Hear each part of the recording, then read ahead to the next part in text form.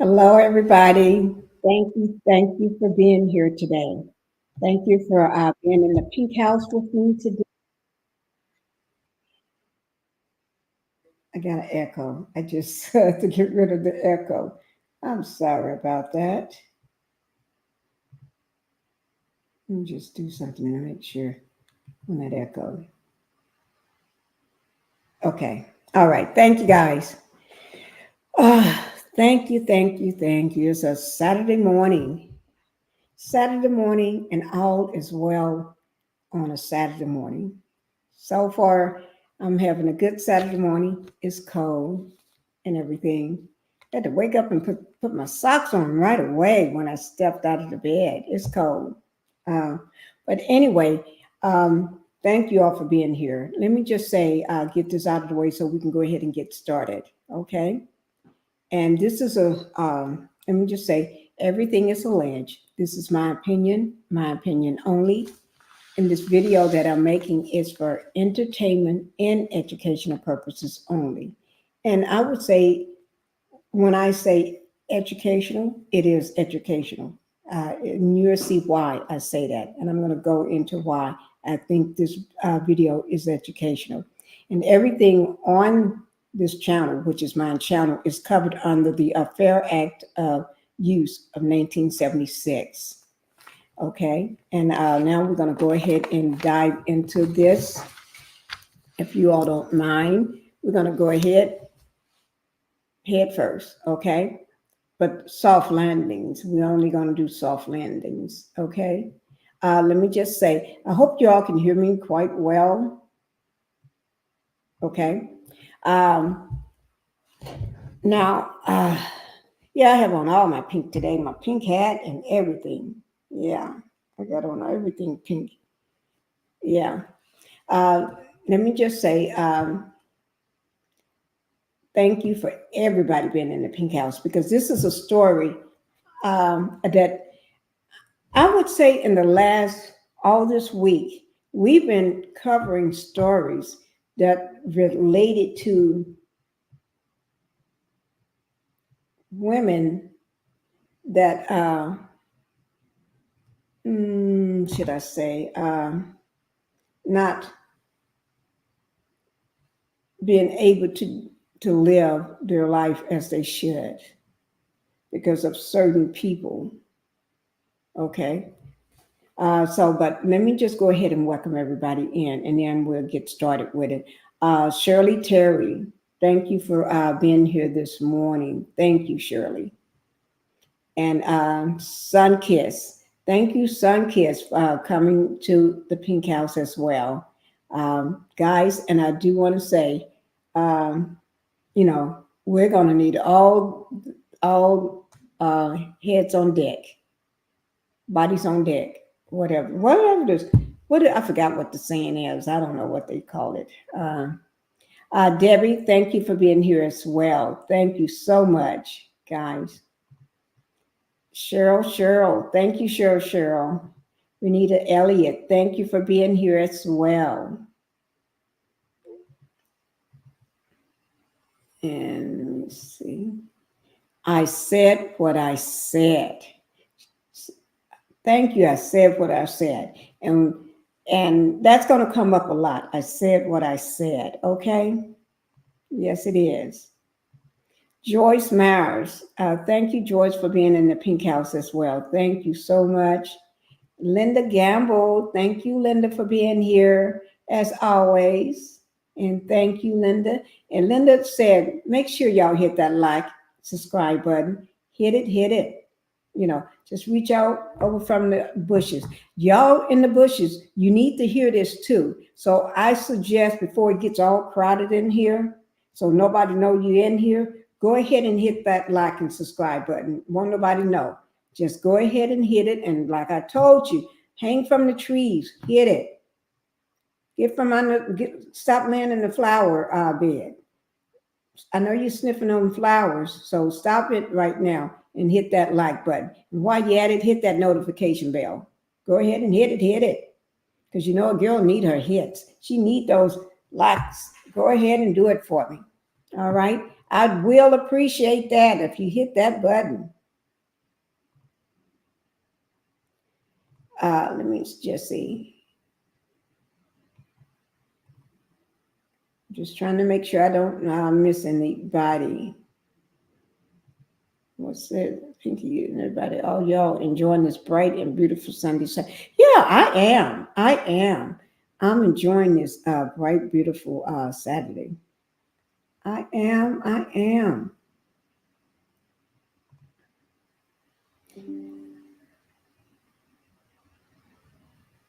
And let me see.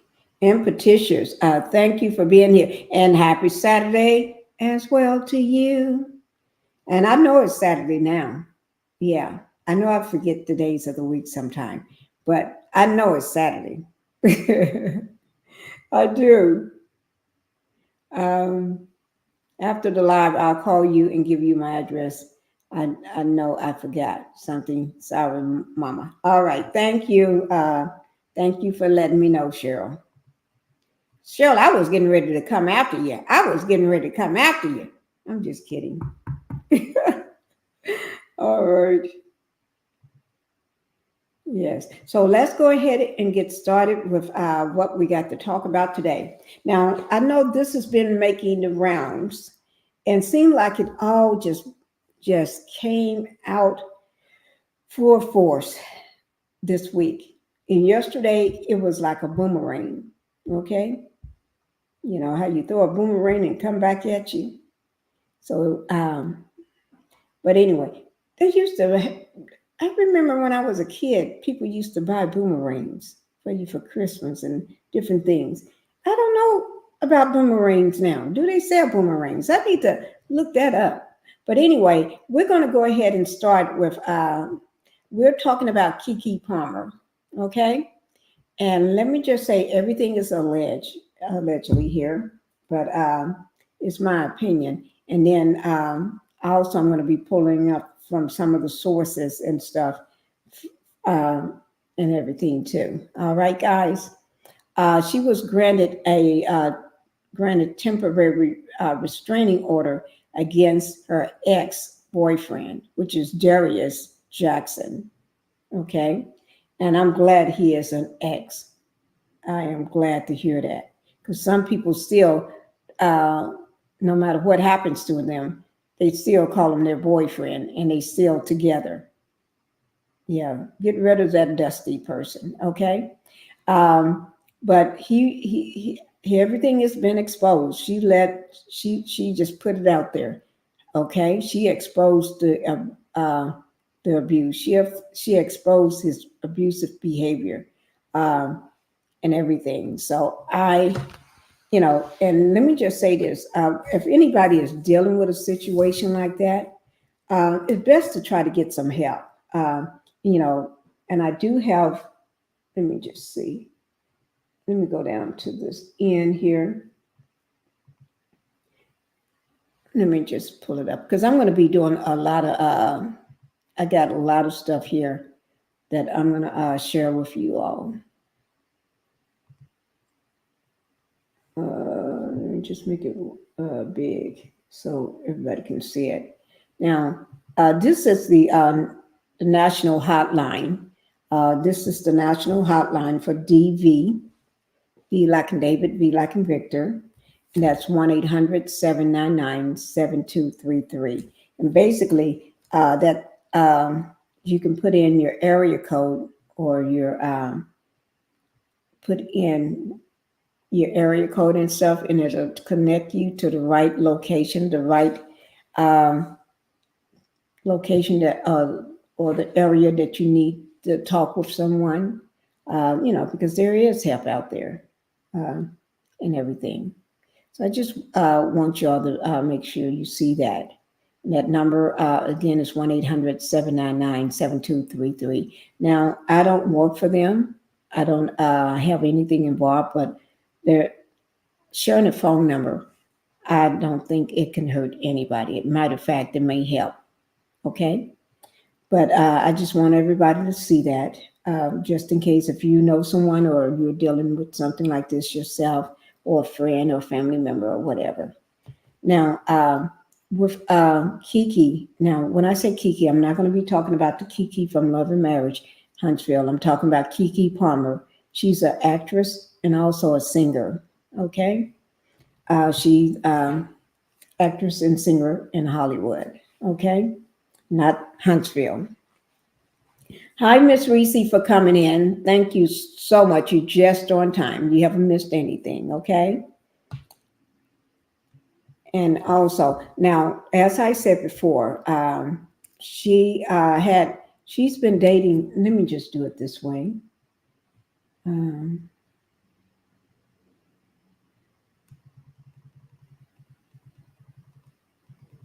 okay. Well, I'm going to go ahead and start sharing at the same time. Okay, guys. Um, I always keep this up. Copyright disclaimer. I always keep that up. There's just something I keep up with every I put out on all my videos. I do it in the beginning and at the end. Okay. And I already said everything on this channel is covered under the Fair Use Act of 1976. Thank you, Linda. I just start putting it um, in my slides too, so I can make sure I said. Now, this is who we've been talking about.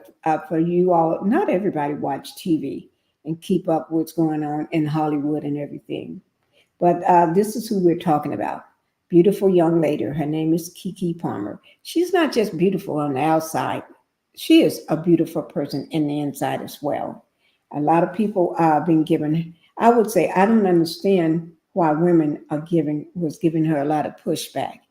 Um, I just don't understand. You know, um, a lot of women have babies that's not married. A lot of women are single moms. A lot of women get pregnant, you know, without being married. So I don't understand the pushback. And a lot of women get have babies by light skinned men, dark skinned men, mixed men. It doesn't matter. And they was giving a pushback on that. When I say pushback, I mean they was clowning, acting a fool. Hi, hi, N for Life. Thank you for being here this evening with us. Thank you, thank you, thank you. We're just getting started, so you haven't missed much at all. Thank you. I love my pink flowers, my pink hearts. You all know I love my pink, anything pink. Hi, Greta Lee. Thank you for being here, Greta Lee. We're just getting started, okay? And I know I had said we was going to talk about something totally different, that we was going to talk about housewives of Potomac. That is a great subject because that subject, similar to the same thing we've been talking about all week. Okay? So, but we're going to talk about this story today. I decided to switch it, but switch it up. Thank you, 16 and 16. Thank you for letting me know. So, because I think this story needs to be shared. I think this story needs to be put out in the open. The reason why is because there's a lot of women that are hiding in silence.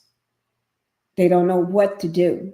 They're hiding in silence because whenever you're dealing with a narcissistic, controlling man, somebody that's very, very abusive, you tend to, just my opinion only, and it's alleged, but you tend to be isolated. They love to isolate you from your family, your friends, the people that can that care about you. They don't care about the people that don't give a darn about you.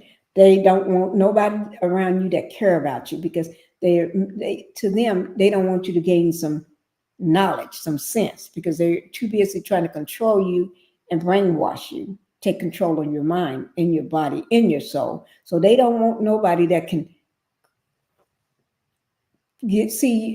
open it up a little, crack it a little, so you can get some light in there, so you can hear them from all the noise that that person is putting you through. Um, enjoy Linda Gamble. Enjoyed my birthday today, along with Mel and uh, Scorpio. Miss my birthday twin. Okay, all right. Happy birthday. If I missed the birthday, oh yes, I guess I did. Miss Pinkie is telling the truth. That's uh, want totally control over you. Yeah, that's exactly what they want. They want total control over you. They don't want you to listen to your mama and your daddy. You may have a mom and daddy living nowhere away in the same city. They don't want you to, to listen to them. Your daddy may be telling you, leave that man alone. But they want you to listen to them like they're your daddy, they're your mama, they're your everything. You're gonna only listen to them. What they say is the only thing that matters in their world. Nothing what you say matters. Nothing what anybody say matters, but what they say only. So they're gonna try to control you.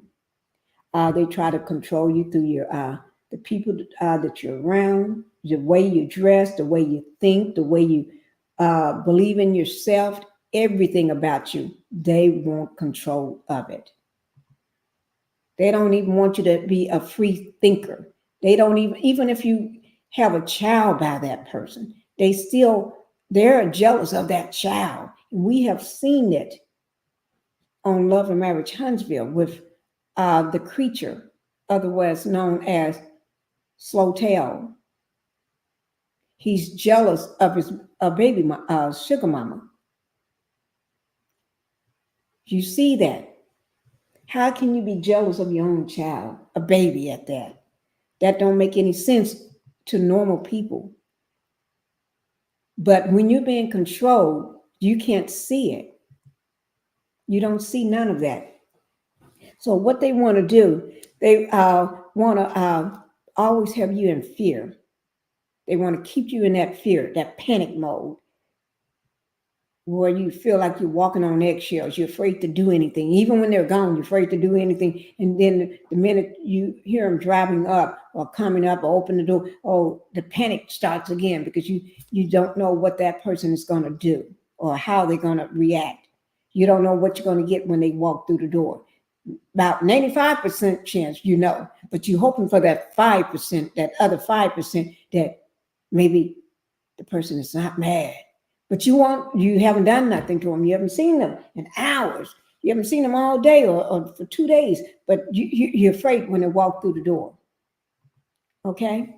So they want to keep you in fear, living in fear all the time. They don't want you to reach out for help to anybody. They want to isolate you from your family, the friends. They want to control the way you dress, the way you think, what you cook, how you clean the house, how you take care of the kids, how you go to the grocery store, what you say on the phone to your own mom and your dad or your sisters or your brothers. They want to control everything. They want to control your phone too.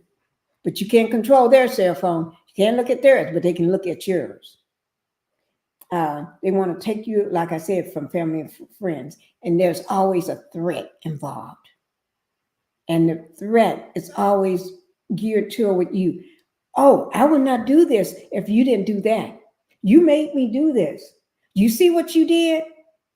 You see what you made me do? And you be thinking to yourself, I'm so sorry, but you didn't do anything. You don't have no reason to be sorry for. But if you don't say that, it's gonna get worse. So you get so used to conditioning that you're always sorry. And you're thinking that I did it. I made them do that. I made them act like this. No, you didn't do nothing. I made them hit me. I made them upset. You didn't do that. Now let me ask you: if you haven't seen the person in 8 to 12 hours, and you haven't talked to them since then, and they walk through the door, but they pissy mad and ready to start slinging and hitting, did you make them mad? No, you haven't seen them. You haven't done nothing to them, but they mad. But they telling you it's your fault. It's like, it's my fault that you had a bad day at work. It's my fault that your car broke down. It's my fault that you got denied on your credit card, got decline. It's my fault that you ran into one of your homeboys and he made you feel like a sucker that day. It's my fault that another woman is not going to put up with your boogle and she told you off probably somewhere where you were at work or at the store or wherever you ran into her. But it's my fault. You know, that's how they act. Okay. Later, after Franklin husband Ted White beat her and had her to put him down, a co-writer to some of her biggest hits. Oh my God. This is why I blindly support Keke with Usher's situation, because I felt it was more layers underneath this comment. Yeah, let me pull up on that and read you this. Okay. This is from the I just want you to listen to this. This is from the Usher concert when she went. Okay. She was dressed to me beautifully. I don't know why anybody would say anything about the way she was dressed. She was dressed beautifully to me. She dressed like young women dress. That's how young women dress. What's wrong with that? She got the body, she got the money to buy the clothes herself. Let her go. Let her dress and be herself. You know what I mean? So I'm just going to play this for you all. This is a short, but it's not my short. This is from Original Sound. This is, and I give credit. And if you all want to listen to it, go to Original Sound and you can listen to it yourself. Okay. But I do want to give them the credit for this. And I came across this, and this says, this is Keke Palmer breaks silence after the boyfriend Darius Jackson's comments. Okay. This is his comments. Let me just read it to you. Okay, here it goes. The cut, marking her first interview since the controversy surrounding Jackson emerged. When asked about her emotional state after Jackson was criticized for his insecure remarks about her attire, Palmer shared her personal transformation and newfound confidence since welcoming her first child in February. After having my baby, I've just gotten so much more powerful, she began. I'll be honest, I think before I even had the baby, I was really actually quite self-conscious in a way that you would expect, considering the kind of work that I do as a public figure. Always trying to be on point with my body and always trying to make sure I'm taking care of this and that. There's a lot of physical attention. In her first... Okay. I hope y'all could hear that. I hope y'all was able to hear that. Now, let me read you his comment, okay? This is the X. The X is Darius Jackson. The most, I thought, sometimes you think you came across one, let me just say this. Sometimes you think you're in her first interview following. Sometimes you think you came across a demon or a demon spawn or whatever you want to call it. You came across one and you thought never thought you'd see one. And then you put that to rest and say, oh gosh, I hope I never see another one of those. And then you do see one. You see another one. And that's what we've been running into lately, ladies. I mean, when I say that we have been running into them, not running literally, but seeing them come out in true form. Now, here it is. Let me, and I will drop my link soon, but let me just read this. This is from Darius. This is a post that he put after she went to the Usher concert. Okay. She was having fun, enjoying herself, everything. Okay. And then he decided to stick a pin in her balloon. You know, when you stick a pin in a balloon, the air goes out, right? Okay. Let me just say this. This is from his post. We live in a generation where a man of the family doesn't want the wife and mother to. Let me see. I got it. I'm trying to bring it in so I can see it. A wife, his kids to showcase booty cheeks to please others, and he gets told how much of a hater that he is. Right. This is my family and my representation, having standards and morals to what I believe. Rest my case. I think when he met her, she was all over TV because she's an actress, right? And she's a singer. I'm quite sure there was a lot of scenes where she had to show booty cheeks. If my booty cheeks look like that, I probably will show them too. Now, how many singers that we see all on the stage with their booty cheeks? We see women that's not on stage, regular women like ourselves, or daughters with their booty cheeks. That don't mean that just because I show my booty cheeks, I'm your punching bag. That don't mean you can degrade me. If that's the case, you need to get the step in. Move on, little boy. Move on where you can throw your tangents and little fits with something else, but not with me. Okay, and people wonder why she didn't leave. Why didn't she move on? She's been getting so much criticism about that. You all need to come off. Everybody knows, every woman knows it's hard to leave when you got a person like that sweating your back, on your back. Because the first thing they always tell you is what they're going to do if you ever leave them. They love to tell you what they're going to do if you leave them. She not just feared for her life, but she feared for her son's life. People had so much to say until she brought out evidence. They always give the men credit. If we don't have proof, receipts, that's what's wrong with the world today. Everything got to be about receipts. When a woman is crying out for help, we don't want to help her. We want to criticize her. What about the man? Oh, because he light skinned. Who gives a shoots about that? She just want a baby by him. Y'all need to come off. Y'all need to go somewhere and grow up. We're not here to tear down Keke. We're here to support her, uplift her. Stop criticizing this woman. She have been through a lot for 2 years. For 2 whole years, she have been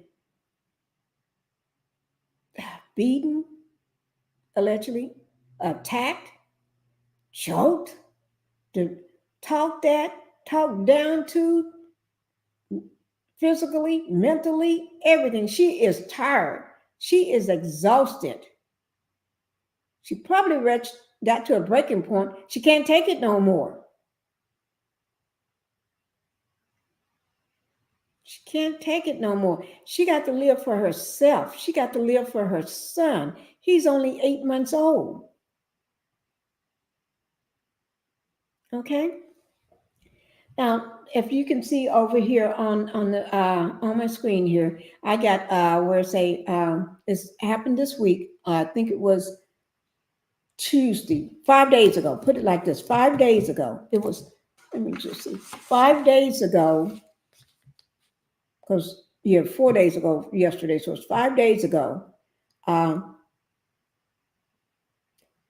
She put out the pictures, and I got the pictures and everything, showing that showing her proof. She had cameras in her home, and she put those cameras in her home for a reason. Thank God she did. Because as brown-skinned women of today, it's hard to get anybody to believe you. It's hard to get your own, sometimes your own mother, your own sister, your own brother, your own family members, your own girlfriends, your own friends, the popo, anybody to believe you. They'll give the man credit before they give it to you. The same way they did that snake, that creature on Love and Marriage Huntsville. A lot of people sided with him that had no doggone sense, sided with this man, called him a good father, called him a good looking man, fine man. I wish I could. Girl, no, you don't. That shows you how warped in the brain cells some people can be. You can be warped sometime. Okay?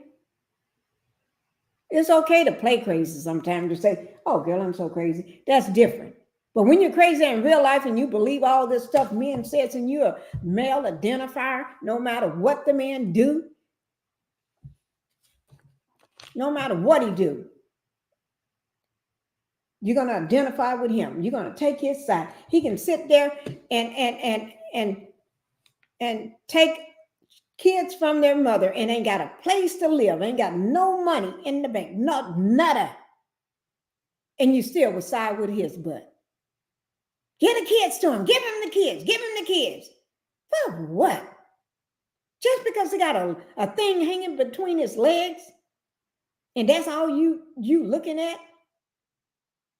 Just because you don't like the fact that she's a strong black woman? Give him the kids. I can't stand her. So you rather give somebody the kids because you can't stand that person and mess up the kid's life just because of your feelings. You need to go somewhere and jump in a hole. You know, I'm serious. Some people just crazy as F. Just crazy. I ain't talking about the ones that are really crazy. I'm talking about the ones that play crazy. Okay? I don't mean to call people crazy, but hell, sometimes I'm a little crazy myself, but I know I'm not crazy. But I that means that's a fun way of saying things. And now don't go getting it twisted. Pinkie crazy. Fuck y'all. I'm not crazy.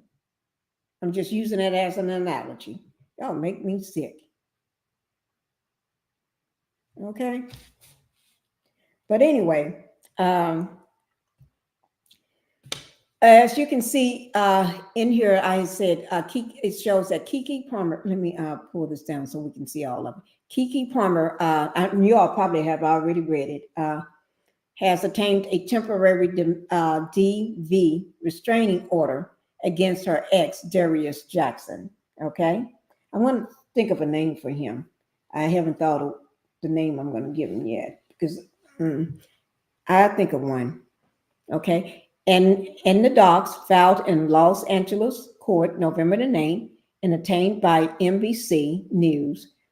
The note actress accused her former partner of physical and emotional abuse, abusing her throughout their 2-year relationship and after their breakup. Yes, we're going to talk about that, which she said occurred in October. Palmer and Jackson declined to comment when contacted by NBC News. I would never decline. We need to it's called expose. Expose these men for what they are.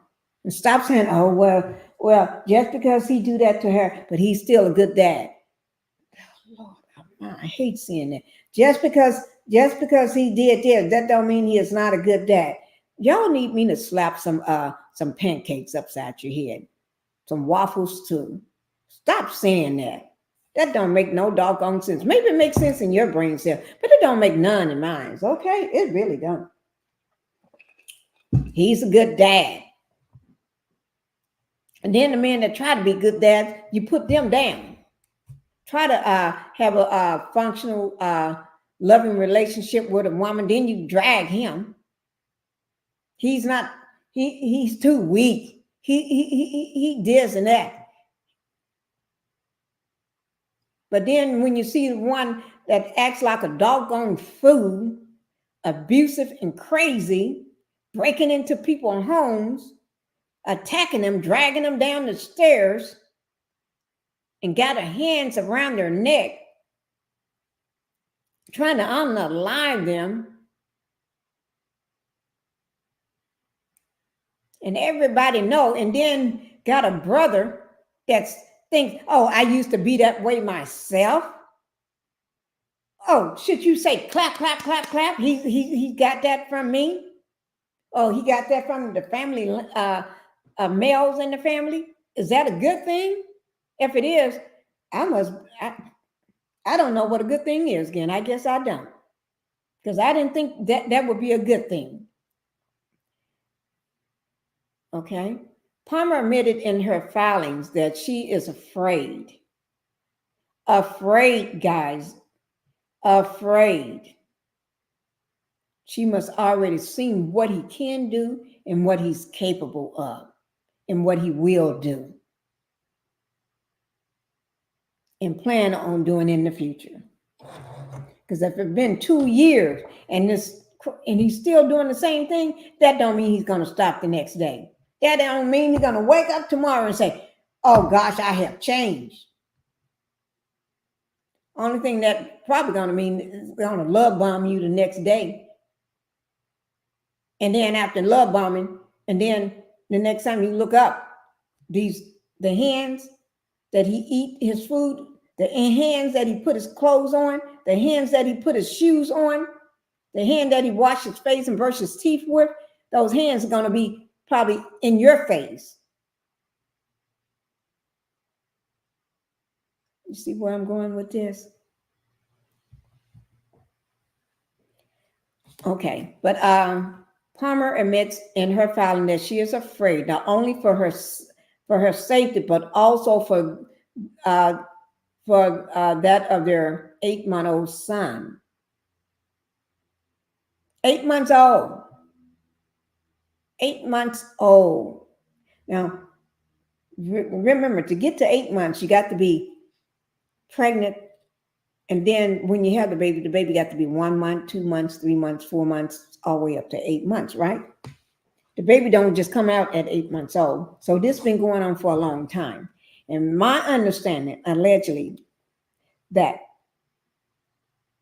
he would be holding the baby, talking to the baby, telling the baby all the things that he despised of the mother of her, calling her all kind of names while holding the baby. And not just that, said, allegedly, how you feel about the mother is going to dictate how you feel about the child. Now, make that make sense. And some of you that male identifiers and sticking with his story and thinks it's okay, tell me, how do that make sense to anybody? But if it makes sense to you, let me know. I would love to know, because maybe half of us, 99% of the population, we just don't know any better. So school us. Take us to school. Do one of those wonder things. We'll go to school with wonder. Okay? We're probably going to learn a lot more than she does. But yeah, maybe we need to go back to school, and because maybe something we miss. Okay? Yes. Alleging since their breakup, Jackson has become even more unhinged. Remember, unhinged. When a person that knows you, that fears you, call you unhinged. We have seen what unhinged looks like. We have seen a person that unhinged can take down over 800 or 900 people in a day in the Jones camp. Jim Jones camp. That was unhinged. We can see what unhinged can do in California when they was waiting on the mothership to come down. So they all made sure they all shaved their head. Well, they always shaved their head, dressed alike in the same clothes, put the same little whatever that scarf over them. Because somebody said they got to go up in the ship that's coming down. That's unhinged. That person was unhinged. And who will follow unhinged? He's becoming unhinged, volatile. Okay. They didn't say one time, okay, and dangerous to her and their child. That means that person is, when a person say those words about you, unhinged, volatile, dangerous. Those are some scary words. Those are some real scary words, guys. Scary, scary words. Those words even scare the heck out of me. And I've never even been in a situation like this, but they scare the heck out of me. And if they don't scare the heck out of you, or you're fearing for her, yes, I do.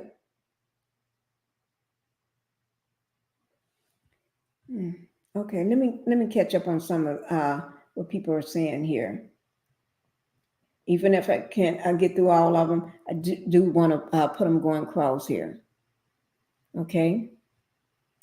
This did not just start with Keke. It has been going on for 2 years. This should have ended at the first hint of abuse. You're right about that, Greta. You are so right. Oh, Lord.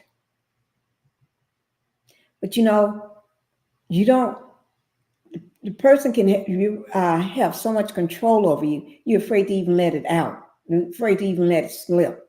Because if you do, you know what's waiting for you. Oh, wait, did I just miss one? Sisters and brothers, when you witness tracks like that, seek assistance or fast. That means run fast, run out, just go. Just go. Fast as you can. Just go. Just go. Grab the baby and go. Because nothing good, like she said, will come out of a relationship like that. Just go, guys.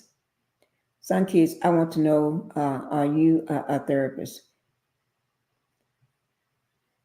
That's from Greta Lee's son, kids. Yeah, and Cheryl, exactly. That's how young women dress, especially when you're going to see sexy singer. Yeah, that is.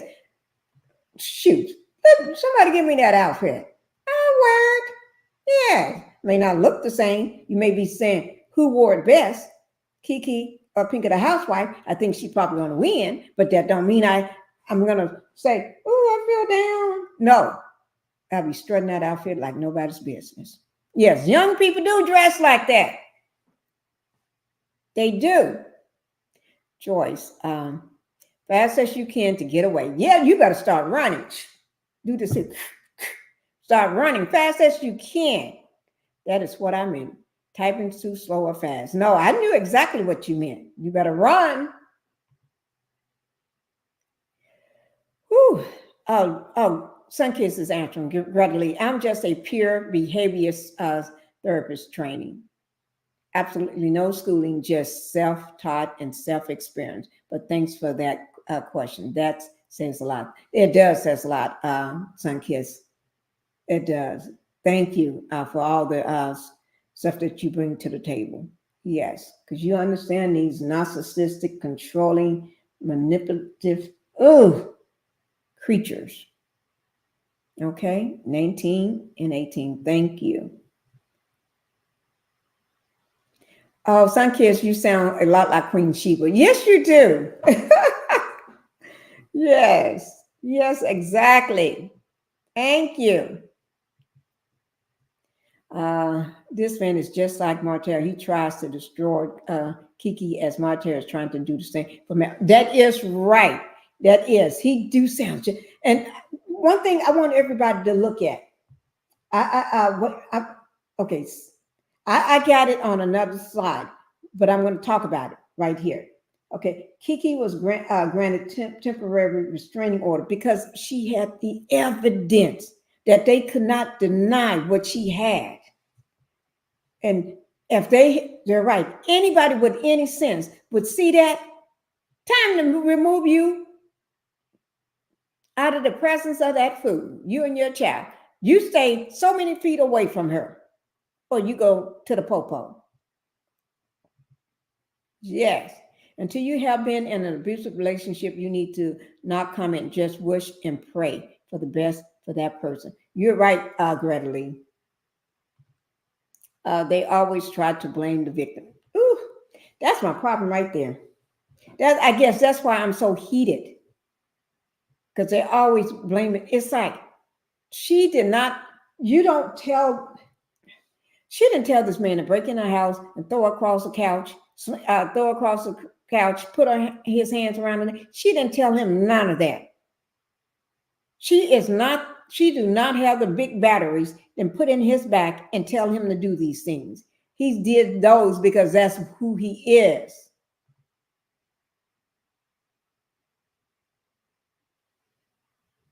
Okay. The internet is no place to find validation in itself. Extremely bipolar. No offense to anyone struggling with this disease. Thank you. Sorry, Chad. It seems I have a lot to say, but this subject is triggering as I have been in Keke's shoes at a young age. I'm so sorry to hear that, Greta. I am truly sorry. And when I drop my link, if you did want to come up, you can, Greta, or you can say in the chat or whatever. But I'm so sorry this is triggering a trigger point for you. I am, or for anyone. Yeah. But I think if we don't shed some light on this, you can just look at his eyes. Look at his eyes. This is what I was noticing. And I looked at a lot of pictures of him yesterday. And every time I look at him, his eyes. And if you ever remember, I've been saying from day one, Hotel,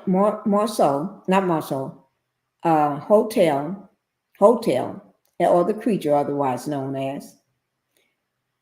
From day one on Love and Marriage Huntsville, when the show, Dave first season, first episode, when I looked at his eyes, I said it was something about his eyes. I did not like him from day one. I looked at his eyes. His eyes told me a whole lot.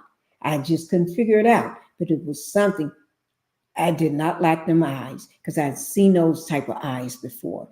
When I was a kid playing with my neighbors, two sisters, when I was playing with them, the man that would always call one at a time inside the house, he looked just like that, them eyes. And they knew we would always turn around and look at each other because there's this one gone. And the next time he called the other one, she's gone. So, not gone, but had to go into the house when mom was at home. I'm sorry, Greta. This is so unfair for women as a whole. It is, and it's a trigger for you all. I understand, and I'm so sorry. So if you need to take a break from it for a little while, Greta, I understand. I truly understand. Then I'm 100%. That was when I was 18, and I'm way older now. I got out of that and never looked back. Thank you. He tried everything to get me back, even saying her whole unalive himself. He did not. Yeah, he that was one of the things that he would tell her. He would tell her, okay, you all I'll catch up. I'm gonna put some of the comments up here, but I'm gonna also try to catch up with the slides and everything, guys. Um, and if I miss anyone, uh, no, no, no, no. Thank you for showing up in the Pink House.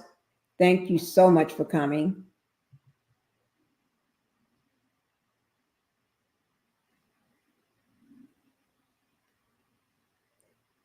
No, no, no, no. We don't talk about that. We don't talk about that. I'm sorry that's what you want to talk about in my chat, but we don't do that. Okay? We don't have time for that.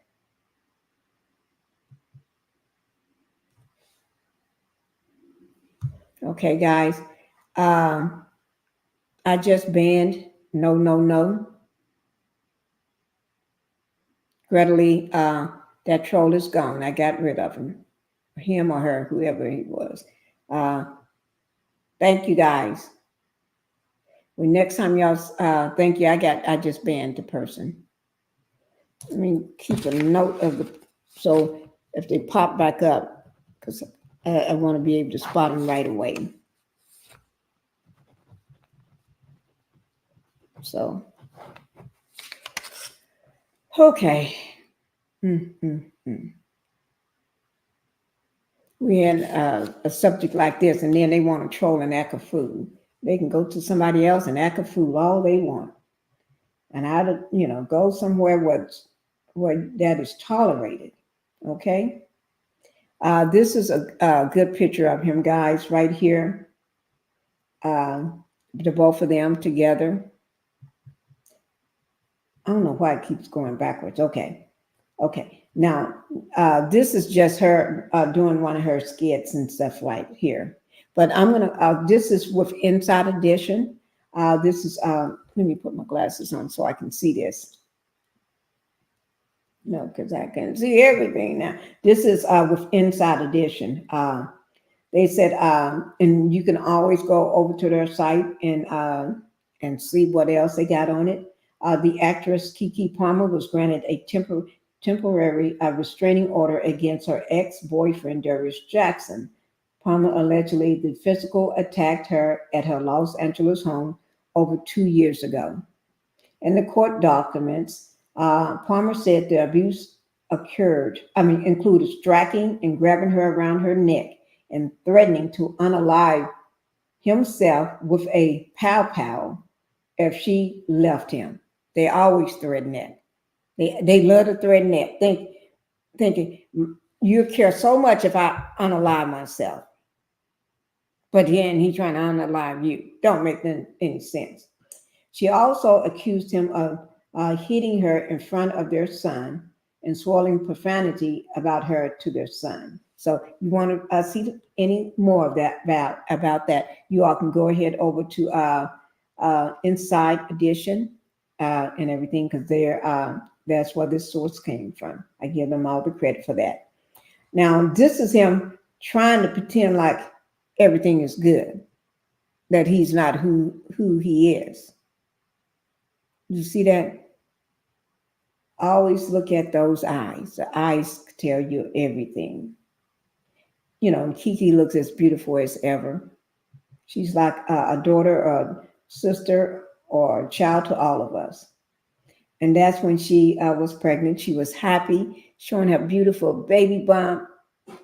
Yes, she is. When a woman shows you that baby bump, she is proud of it. She's beautiful. Just because you're pregnant, that don't mean you have to. A mother's always gonna love their child. Okay.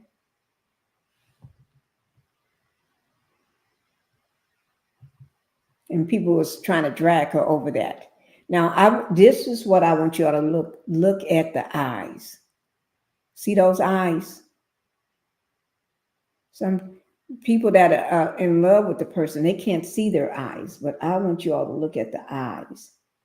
They see the eyes, but they don't see what people that's not in love with him, just a bystander or a friend or a mother or a sister or a cousin, somebody just looking at him. You may be just as happy with him, and we're looking at him. We see him differently than you. We see him for what he is. We see him for the way he's showing up. That means we're watching him. We're watching his eyes. We're watching his body movement. You're just too, you can't see it because all you say, oh, my boo, my boo. But that boo is showing one thing to you. A man like this can turn around to you and show and smile and give you that little puppy look, and then turn around to the other people and drop that mask right away. And you see that face, you say, darn, his face just changed. He turned around to you and looked at you like with smiling at you and kissing on your cheek and stuff and forehead. Then he turned around and looked at us like we saw a demon. It's like, whoa, that fast. You can see it. That's the hotline, guys. Okay. If you need it, that 1-800-799-7233. That's the national hotline. If you need to call them, if you're in a situation like this, you can call that hotline. I'm going to go ahead and stop sharing this. Thank you all for being patient with that. Okay. Whew. That was a lot to unpack, wasn't it? So since we are already in 1 hour into this, I do want to go ahead and drop my link for anybody that feels comfortable enough or anybody that want to come up. Okay. Now, I know this could be a trigger for a lot of us in the chat or in the bushes. But if you feel comfortable or you have something to say, if you want to tell your story or what it was like, or if you have any firsthand knowledge of somebody else and you want to share, you're welcome to do that. And we're all going to let you speak, and we're all here with love. Okay, everybody in my chat, we're no drama, we're love. Okay, we do everything with love. All right, so I'm going to go ahead and drop my link, and we will keep following Keke's what's going on with Keke. I do have those pictures and everything. Let me try to go ahead and bring those pictures up of her being pushed around her own house, because he actually came into the house.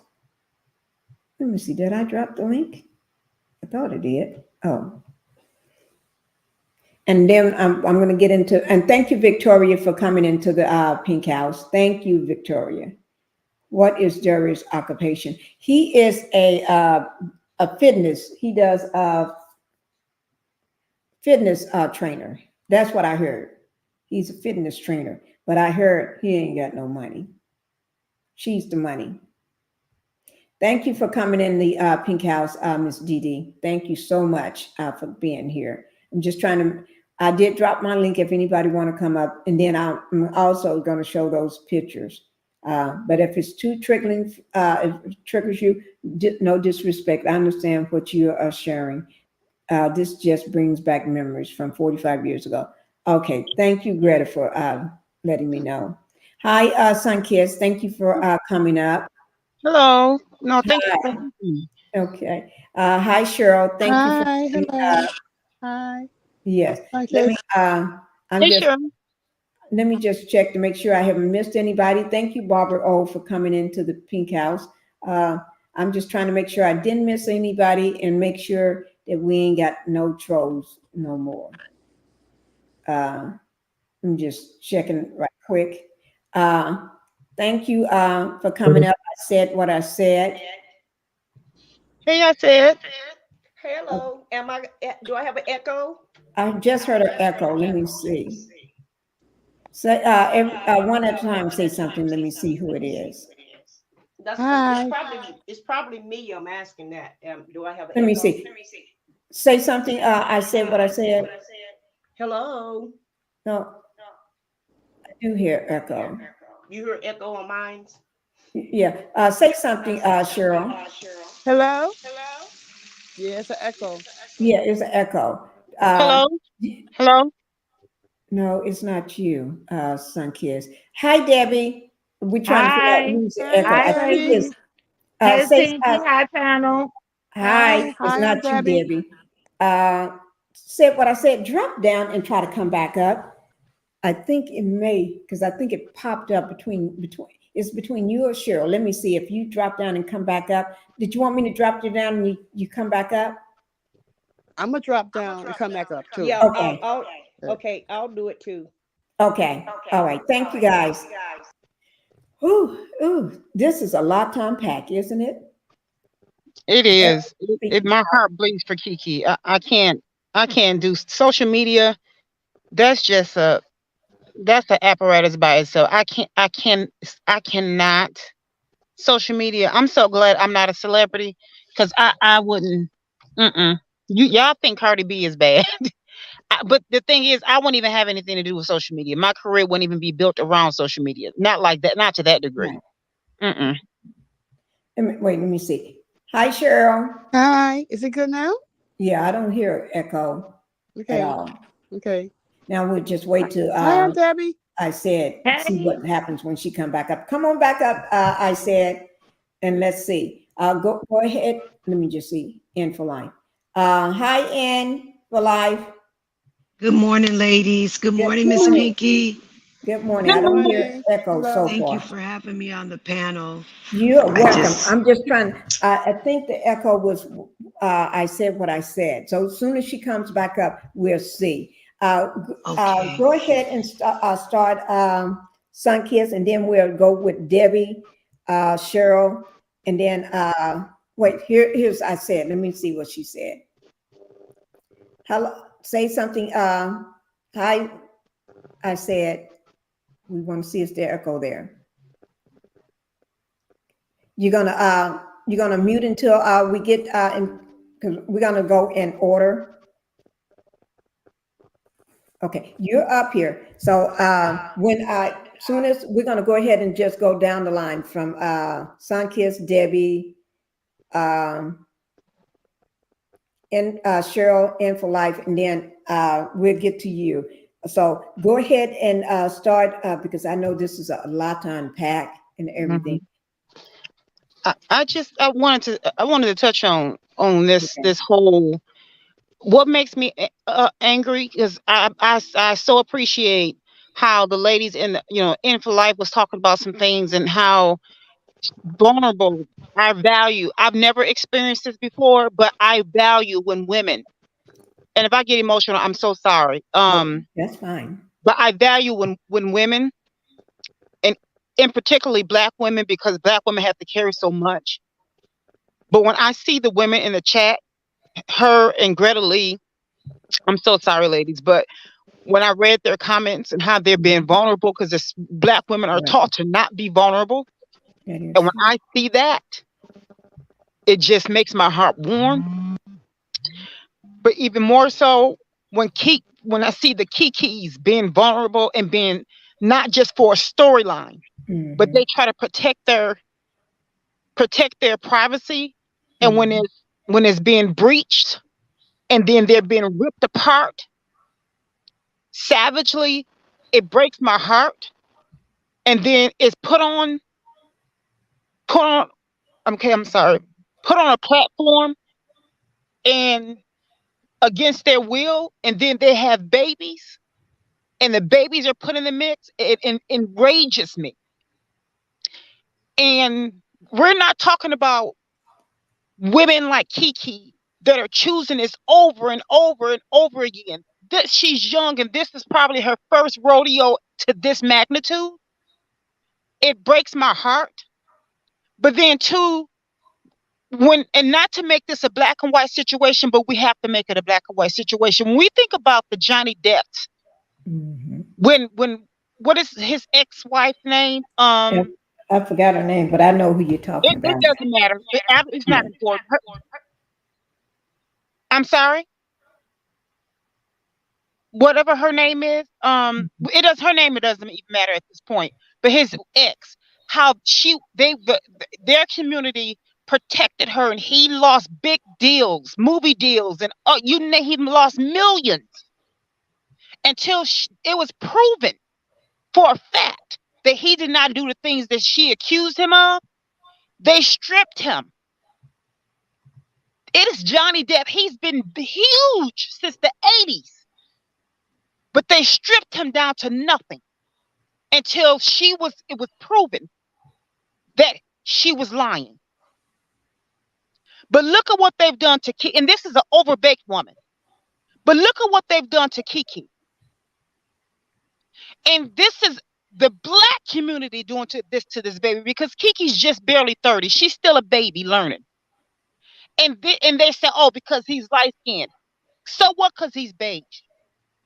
Last I checked, they weren't even in style. Let the Black males tell it. He's not even in style. So what? Why is it? This is only in the Black community. But that's neither here nor there. It doesn't matter. So what? This is a young lady that's trying to make it. You're saying, I'm not gonna take care of no woman. These are supposed to be the patriarch. These are supposed to be the ones that are supposed to be the gatekeepers of the community.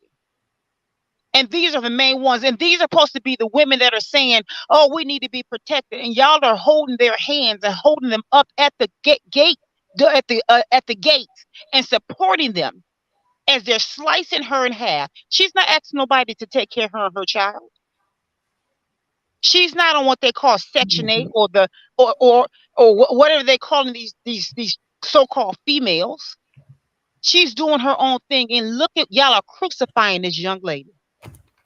And that breaks my heart. This is why so many Black women this is why 2 years she kept it a secret, because she knew what was going to happen. This is why we have the Greta Lees that say, no, I'm going to keep my mouth closed. Or the M for Life said, no, I'm going to keep. I get it. Although I've never experienced it, I have talked to so many women that have done the same thing. And this is why I will die with their secrets. Which is why I've always said, I'll go to court with you. I've gone to court with women, standing side by side with them, holding their hands. Because they don't want to do it. Or they say, I don't have anyone. And I say, I'll do it with you. This breaks my heart. I'm literally fighting back tears. It infuriates me. And that is why I can't. It makes me sick to my stomach. And you have supporters of him. He's broke. He has nothing. He came to the table with nothing. He's leaving with nothing. And yet he has supporters. I won't. And I'm gonna go ahead and pass the torch, because I'm gonna keep getting sick. Okay, thank you. And make sure we don't get an echo. Everybody mute while Cheryl is speaking, so we won't get an echo. Thank you. Cheryl, go ahead.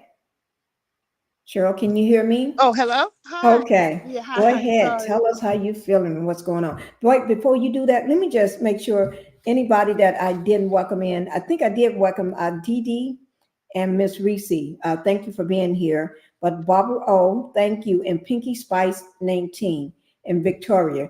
Just in case if I miss you, Victoria, too, I do welcome you all. Thank you for coming into the Pink House. And I did drop my link. If anybody else want to come up from the chat, you're welcome to do so. All right, go ahead, Cheryl. Oh, hi, ladies. Hello, I'm Pinkie. Hello. Hi. For one, I want to say I'm sorry, Greta, that you went through that. Just know that we're here to support you. You know, we're here for you. You know, it's a sad situation. You know, I commend Keke Palmer for getting the restraining order against him, and now she has full custody of her child. So that's because when you're dealing with narcissistic men, which I want to thank Sunkiss also for spreading the knowledge of who these narcissistic men are and why they do what they do. Right. Thank you, Sunkiss, for that, because other than what I read, I don't know the first thing about narcissism. But she was definitely in a narcissistic relationship. Exactly. You're welcome, sweetheart. Yeah. So, and I'm just glad that she got the restraining order and got her child away, because he abusing her. Next is going to be the child.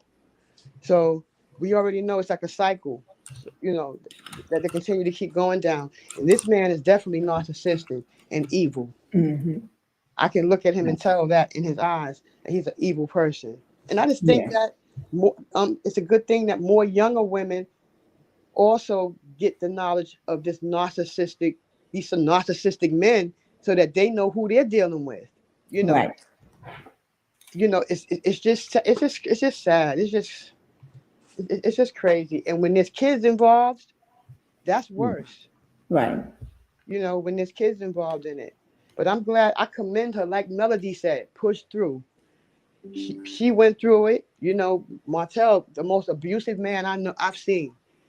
She got through it. She got out of it, even though it might have caused her PTSD, but she pushed through and got through it.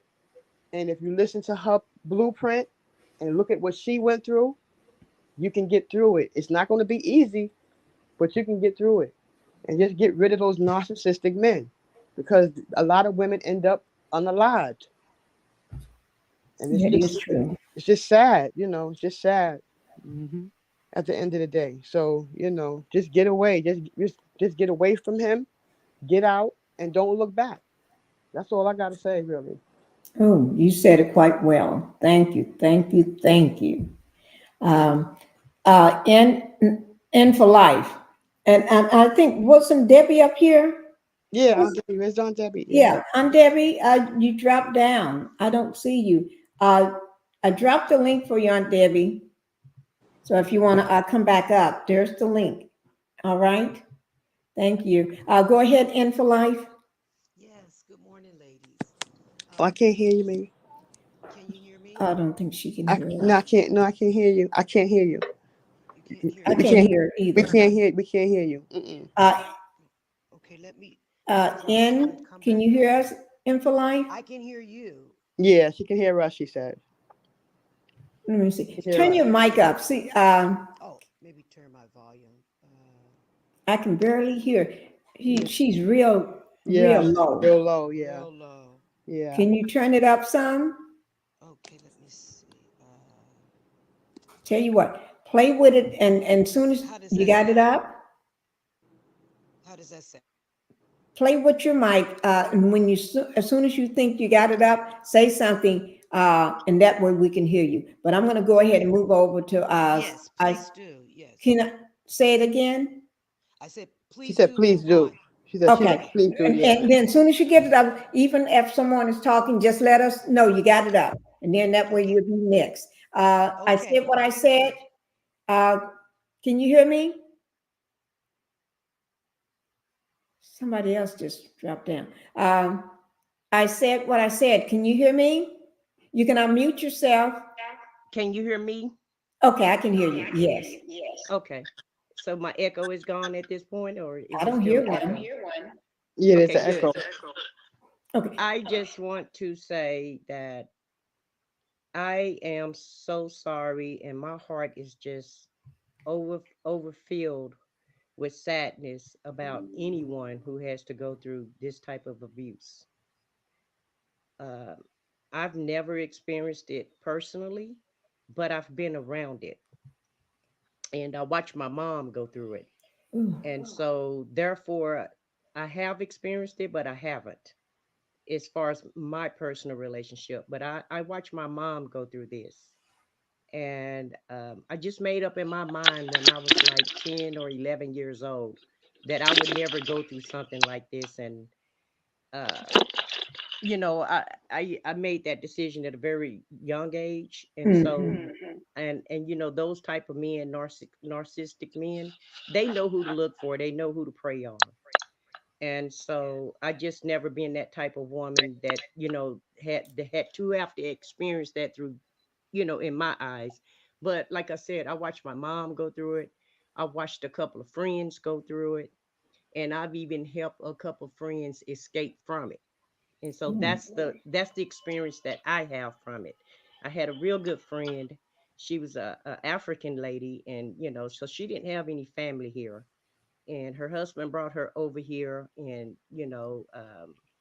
he brought her over here, and he was just treating her horrible, beating her, and uh, physical and mental abuse.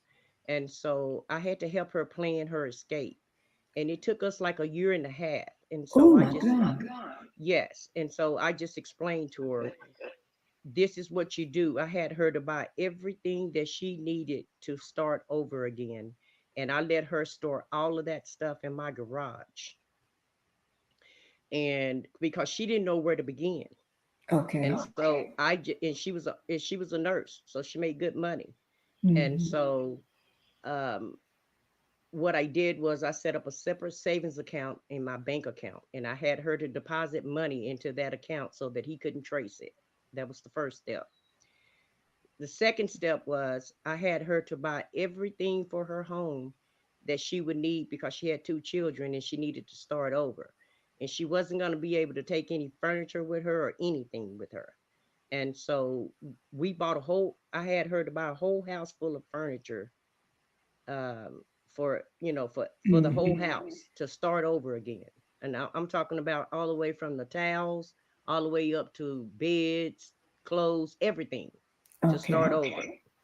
And that took us about a year and a half. And after she felt like that she had everything that she needed, we waited for him to go to work one day. And I just loaded up a couple of my cousins, and we went and got all of her stuff that she could, that she could take out the house. Because keep in mind, we didn't have a truck; we were moving in cars, and so Okay. she gathered up as much clothes as she could and all of her belongings. As women, we have a lot of Hmm. purses or whatever. So we got all of her stuff out, and she was able to escape from him. And he didn't know where she was located either. And Oh. so I had her to rent an apartment. We did it all. We did everything Oh. under his nose. And then Mm. the day came where we could, where she couldn't escape, and she actually escaped from it.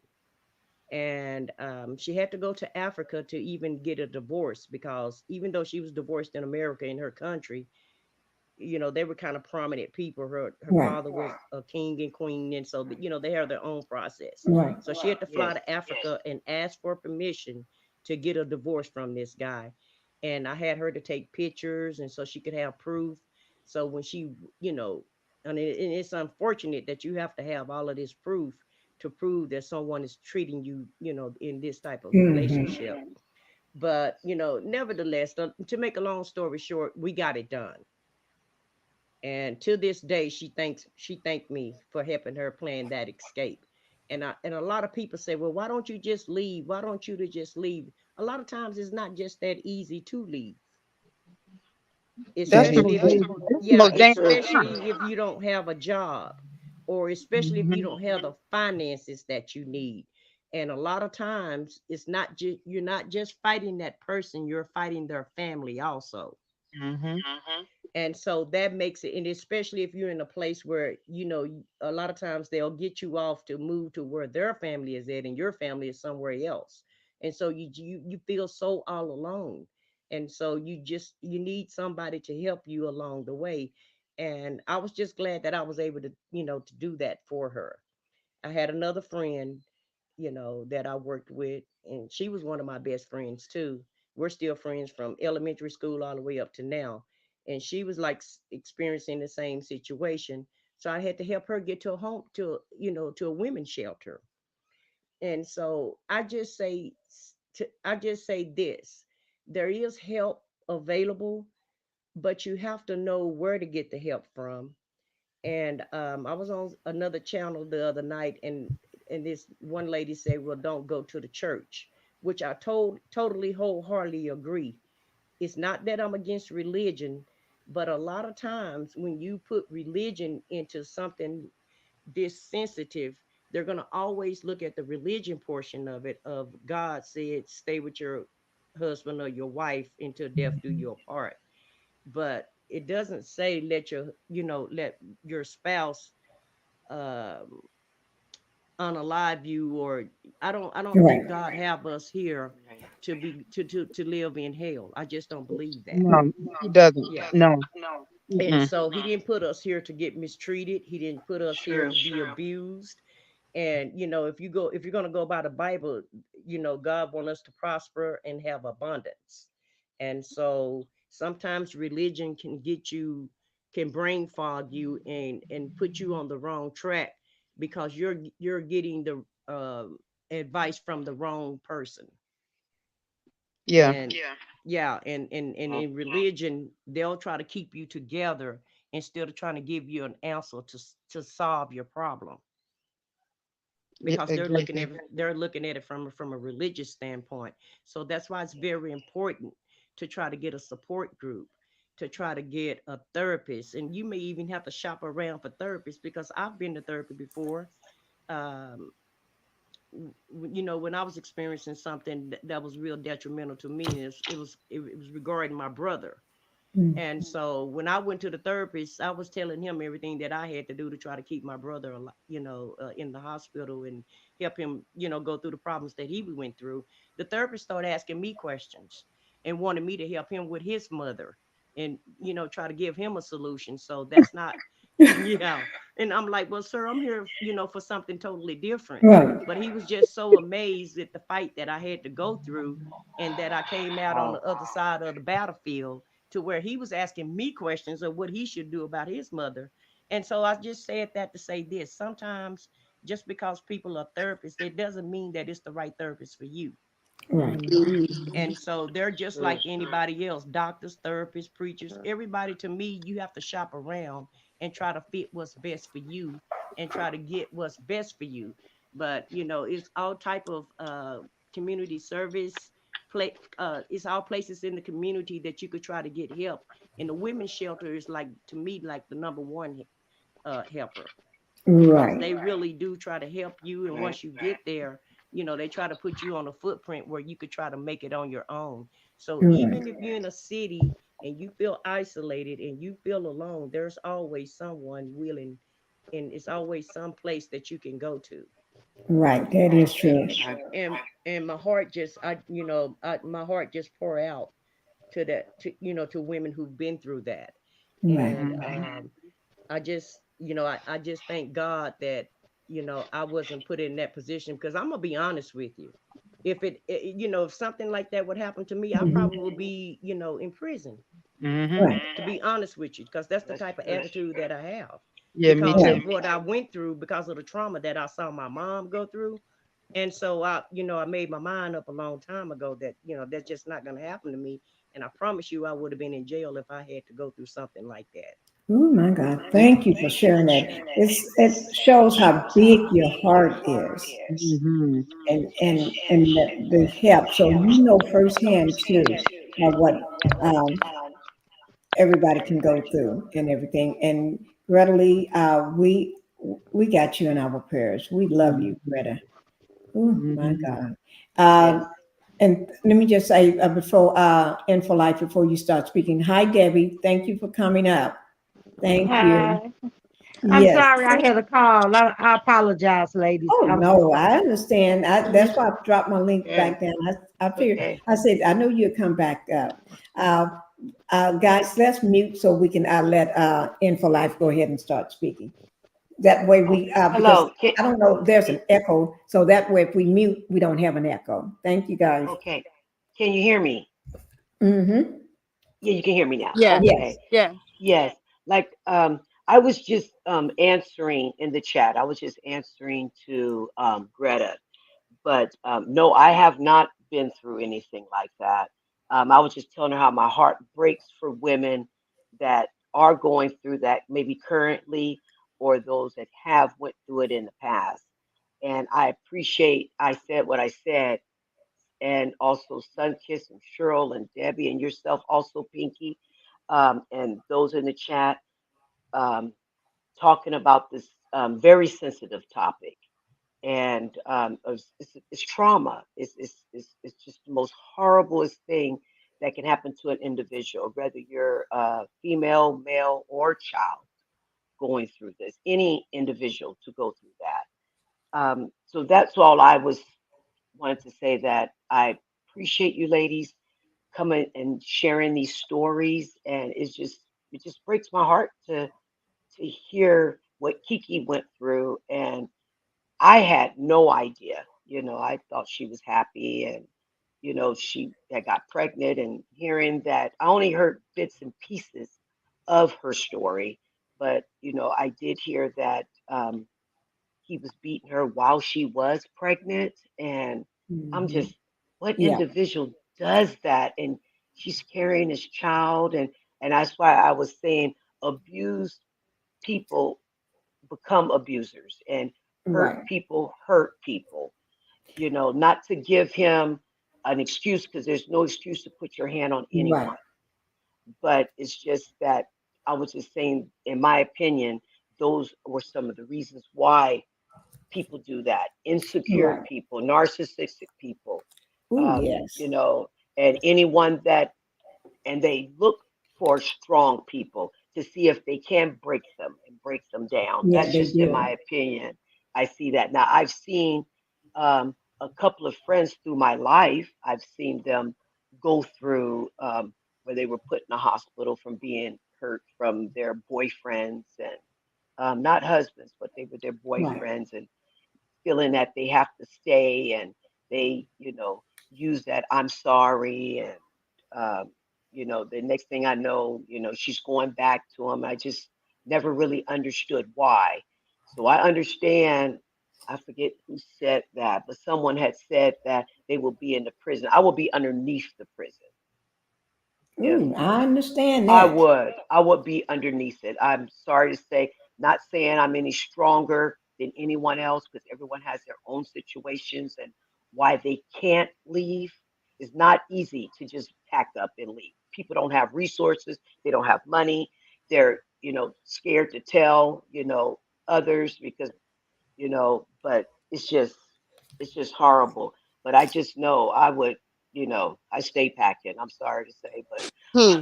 I I would have to hear pull that. out one Thank of them you. things and unalive somebody. I'm sorry, Me too, in for but life.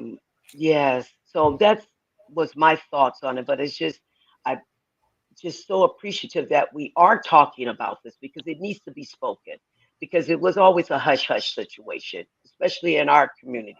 It was, you see, I used to see as a child, when I say I see it around me as a child, when you used to go to your house parties with your parents, back in the 60s, Right. and and it was this couple, it was always, they get drunk, the kids are dancing, and then she start beating him, and she was always get drunk and always beating him. They're not hearing it no longer, but she was always beating on him and whooping up on him, and and we have to hide the kids' heads. I was one of the little older children, but we would hold the little baby's head so they don't have to see. But it was scary, to see Mm, something like that. I And bet you was. so I just, run from things like that. I don't, I can, you can see it in her eyes. You can see the jealousy, and it's like, and I can't be with you. I got to go this way. And but I commend those that have got out of those kind of situations. I commend them so much, and I commend Kiki, and my thoughts and prayers are with her, that her and her child make it. She has a very, very small baby, a little 8 month old, and that's all I had to say about that. But thank you, ladies, for having me on the panel and listening to what I had to say. You are welcome. Thank you for being here. I'm always happy to have you up here. I Thank am. you. And Miss Debbie, Aunt Debbie, tell us what you got. Oh, some wisdom on me. Aunt Debbie, can you hear me? Yes, I was muted. I was trying to Oh, come off okay. mute. I feel and support all ladies who've been through DV violence. I am a survivor and a thriver of DV. I'm also an advocate for DV Hmm. with an organization called MAVI, Mothers United Against Violence and Incarceration. And what we do, we advocate for women who have been sent to prison for defending themselves against their abusers. And what we do, we go to court, get them back in court so they can get home to their children. And it's a lot because they have police reports and things of that nature, and they still get 40 to 50 years in prison. What we do is we advocate to bring these women home, get them lawyers, get them back in court, and try to get their sentence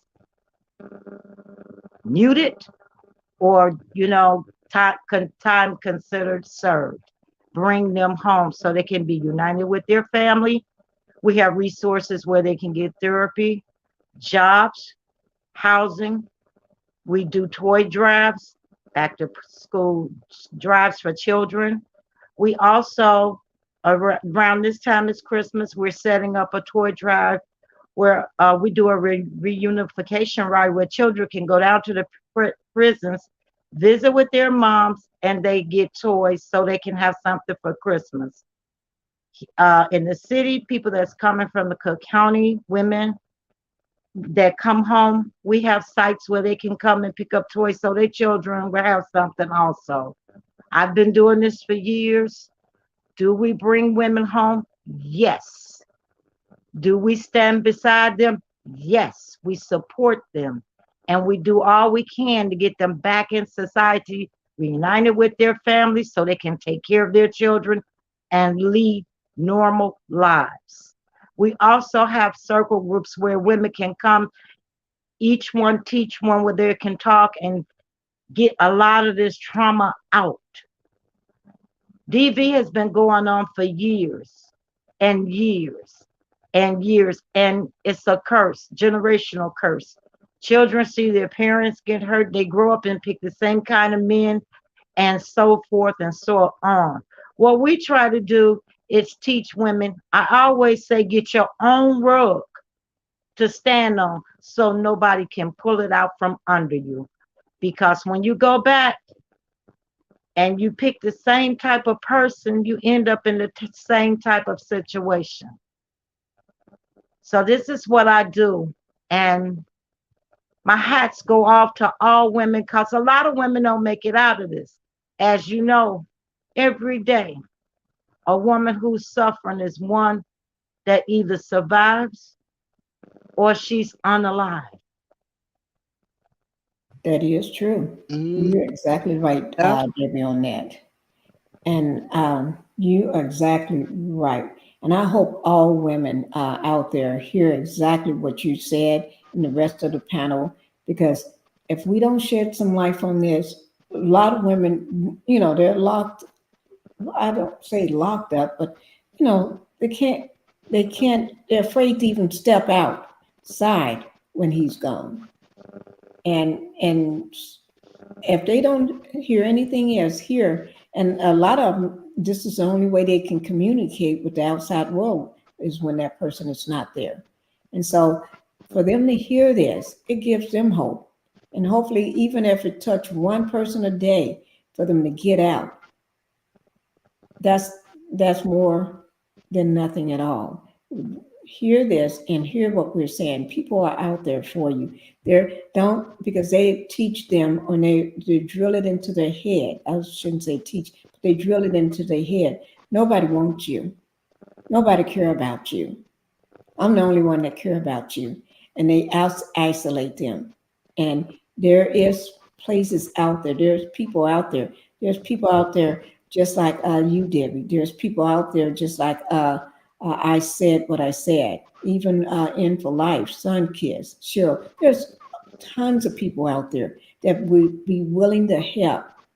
We're not going to sit back and just let someone be when we know that that person is being abused. Even if we don't know them, just say if we're at a grocery store and we happen to see this woman walking around and we can tell something is wrong, but she's with this man, afraid to even make eye contact with anybody, afraid to even move away from the cart or anything. And she looks frightened. You know, she's probably need somebody to look at her, say, "I see you," and try to make contact with her and see whether she's okay. You never know. You never know. But the fact that we got all these powerful, strong-minded women on this panel, and then our heart breaks and reaches out for all of these women. And then one of our own, which is Greta Lee, she's here with us every day, and we pray for her as well. But I am so glad that we're bringing light to this because, like Keke Palmer was in this for 2 years, 2 years, and but it took her evidence to say this is happening. This is happening where people start, other courts to take a woman seriously. But I'm so glad that she's woke now, that she got her son, she got herself, and she's getting out of that situation. Because I didn't, to me, the way, if you see the pictures, I was uploading the pictures as you all was talking. If you see the pictures, it's not nice how you throwing her across a couch with his hands around her, just doing all sorts of things. This does not make any sense. And like somebody y'all say, you may need to take a peacemaker, have a peacemaker on you. Um, you know, or when he comes home, found a safe way to get out.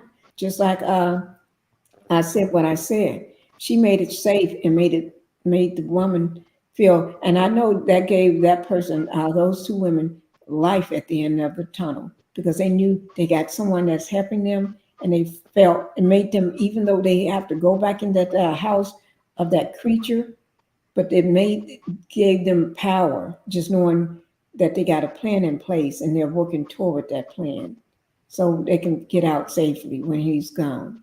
And I know I have not been in that situation, but just seeing it and hearing it is enough for me.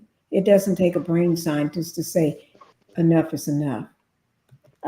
You all can just let me just say hi, Shan. How you doing? She's in the Pink House, guys. Shan, we Hi, Shan. Hi, Shan. Hello, Shan. yes, Hello, Shan. and Shan, I'm gonna drop my link. So if you wanna, what happened? I'm just trying to drop this link just in case if she wanna say a few words or if she just wanna hang out. Um, Shan says she's just hanging out. I dropped it just in case anybody want to come up as well. But guys, you know what? You all are powerful by making sense of this because that didn't make any sense. And I think Victoria came in and wanted to know. Let me see. Was it Victoria? Somebody asked me. I think, It was Victoria, but can I say one more thing yeah, before go she? ahead. Say all you want to. Okay. One more thing I want to say. I don't like um people attacking other women for staying and attacking other women for speaking out. They need to speak out because, like, I think it was Aunt Debbie. This is nothing new. This is not a new subject. This has been going on and on and on, and it's been okay. It used to be okay to do that because your Hmm. husband was your provider. Women couldn't even have a credit card on their own. And, Hmm. like in the 40s, 50s, and 60s, and, even before that time, women Right. didn't have anything. They didn't have a place to go. They didn't have an Aunt Debbie to help them out. They Mm-mm. didn't have a women's shelter to go to. And all they could do is talk to their yeah, just talk to their friends about it.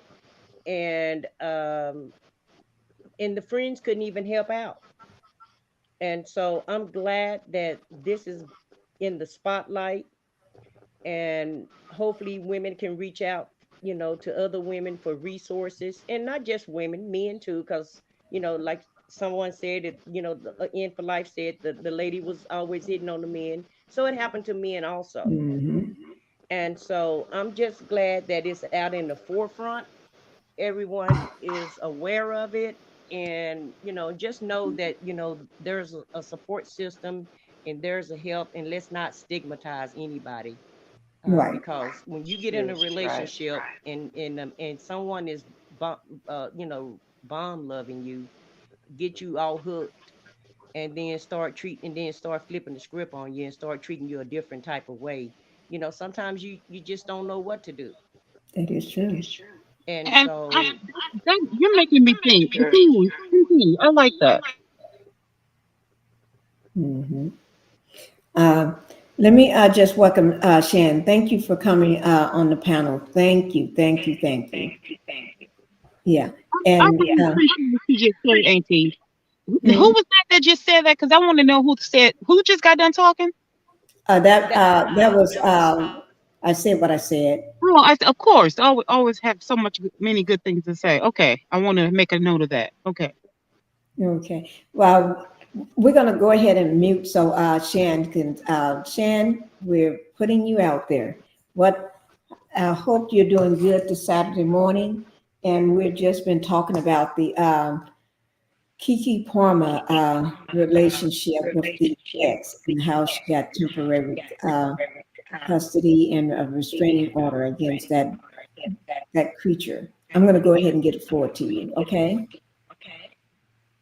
Hey everybody. That's why I came. I saw you were live. I'm like, oh, I didn't know she was going live. So I saw what the thumbnail was too, and that's why I came in because I know all these ladies. We're always dropping some gems over here, and I just I I'm the type when I go to social media and I see stuff like this, I go to the comments because I want to see what people these days are thinking. And it's disheartening to see what people are saying about this young lady because she was she just wanted to be with her child's father, and she got, like I said what I said that he conned her, so to think, so much into thinking that this is what you want. Because what people don't realize is a lot of these DV situations are not easy to just say, well, let's just leave. Go ahead and leave. Just move on. It's hard enough for you to move on from a random guy who's not doing you right, let alone your child's father and somebody who I'm pretty sure she probably, like most girls I know when I was younger, you fantasize about what the future is going to be with your new man or whatever the case may be, or the guy that you're with. And I just feel like the people, some of these comments are self-hatred to me, because there's no way that you could honestly say to this young lady, why didn't you leave earlier? Or why did you stay? Why did you do this? Why did you do that? We're all different people. And if we can't agree in some of the most minor spaces, what makes you think on the situation of feelings, we will be able to tell her how to feel and when to move? Because we don't know if she was fearing for her life. We don't know what it was, because those stills told me a lot as a person who's dealt with people in DV situations, victims and the criminals. So I see two sides of a coin when I see something like that. And for people to say, well, her mom knew, why didn't she? How many times has your parent or somebody told you to do something and you actually did it, is the thing. And I just feel bad for her. And I realized something that I was listening to somebody read it off is, I feel like she finally got fed up when she felt like her baby was in danger. So Leotis actually is saving her. Because if you go back to anybody who actually read it for verbatim, the words that they spoke was, when he was seemed like he was harmful to the baby, is when she was like, okay, I gotta go. This is not right. Because she know either that didn't happen in her childhood, and that's not what you do to a baby, you know. So I feel for Keke because she gives us strong female, and a lot of times they expect us strong women to be able to just go in, especially black women, be able to deal with anything, put it on our back, carry it 20 miles, put it down, pick it back up, take care of it. So it's like, come on now. Are you really trying to say, we never know? That's why panels like this is wonderful, because you give people insight and you give them the wherewithal to understand what they're in. Because while you're in it, you don't understand it. Because before I dealt with a lot of these women, I didn't really understand why they were staying in it. I understood that they stayed in it, but I didn't understand why. And the problem is that we need to help them to understand, like our sweet sis Sunkiss always says, you deserve better. You are better. Choose better and expect more for yourself, because that's why we never understand these situations, because we expect better. We pick better. And when we see somebody is not treating us the way that we've told them or showed them we wanted to be treated, we're out. So what we have to do is teach the other how to do that. Because I show my daughter and my nieces and anybody in my family that I see, I'm showing them by way of my relationship with my husband and my son how to get through or around or not go through this. Because we can sit here and blame all day and say what this person should have did and that person should have did, but you can never be in those shoes and walk in it, because those same people that say do this and do that, they might be sitting in the midst of it themselves. And that's why I always get a little perturbed when I read the comments of some of this social media,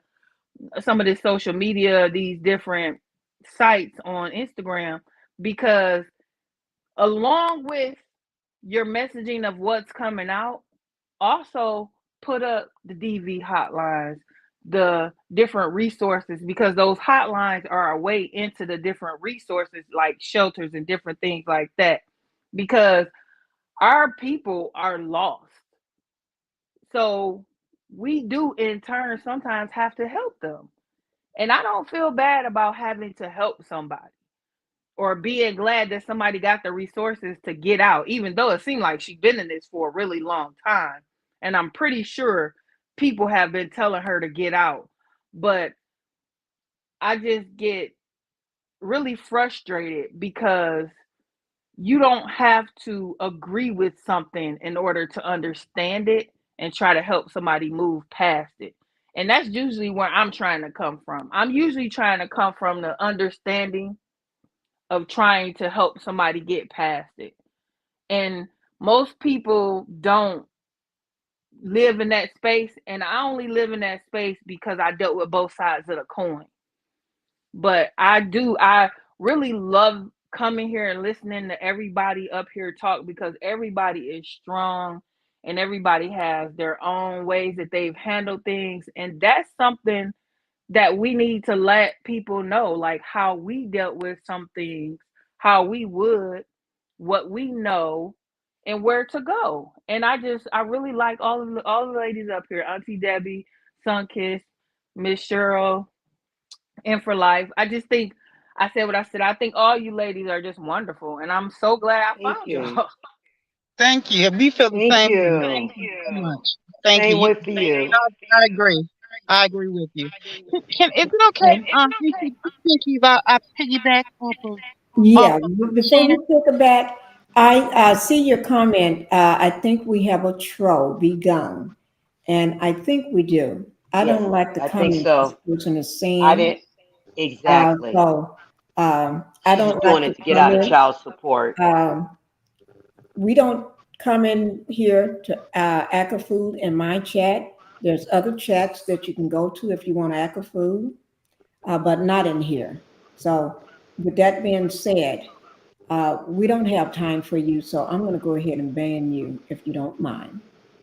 Okay, that person Yay. is banned. Okay, And because I we don't don't have to food understand Don't. here. why everybody is saying she was just at a birthday party with him and she was just They with don't know the him. time, Katie. And But so the whole thing about it is, how many times, have you broken up with your boyfriend? He came with some Exactly. flowers and a gift and mhm, bomb rushed you and pleaded for forgiveness, because as women we forgive men all the time for right, whatever reason. That's And exactly right. so to me, yeah, they may have been at a party that night, but when they went home, what happened after that birthday party? Because I've seen women right, that's timid. They're scared to even look at anybody. I have right, people in my family that was married to this crazy man, and it wasn't so much the DV. but she's afraid to do anything because she don't want him to go off.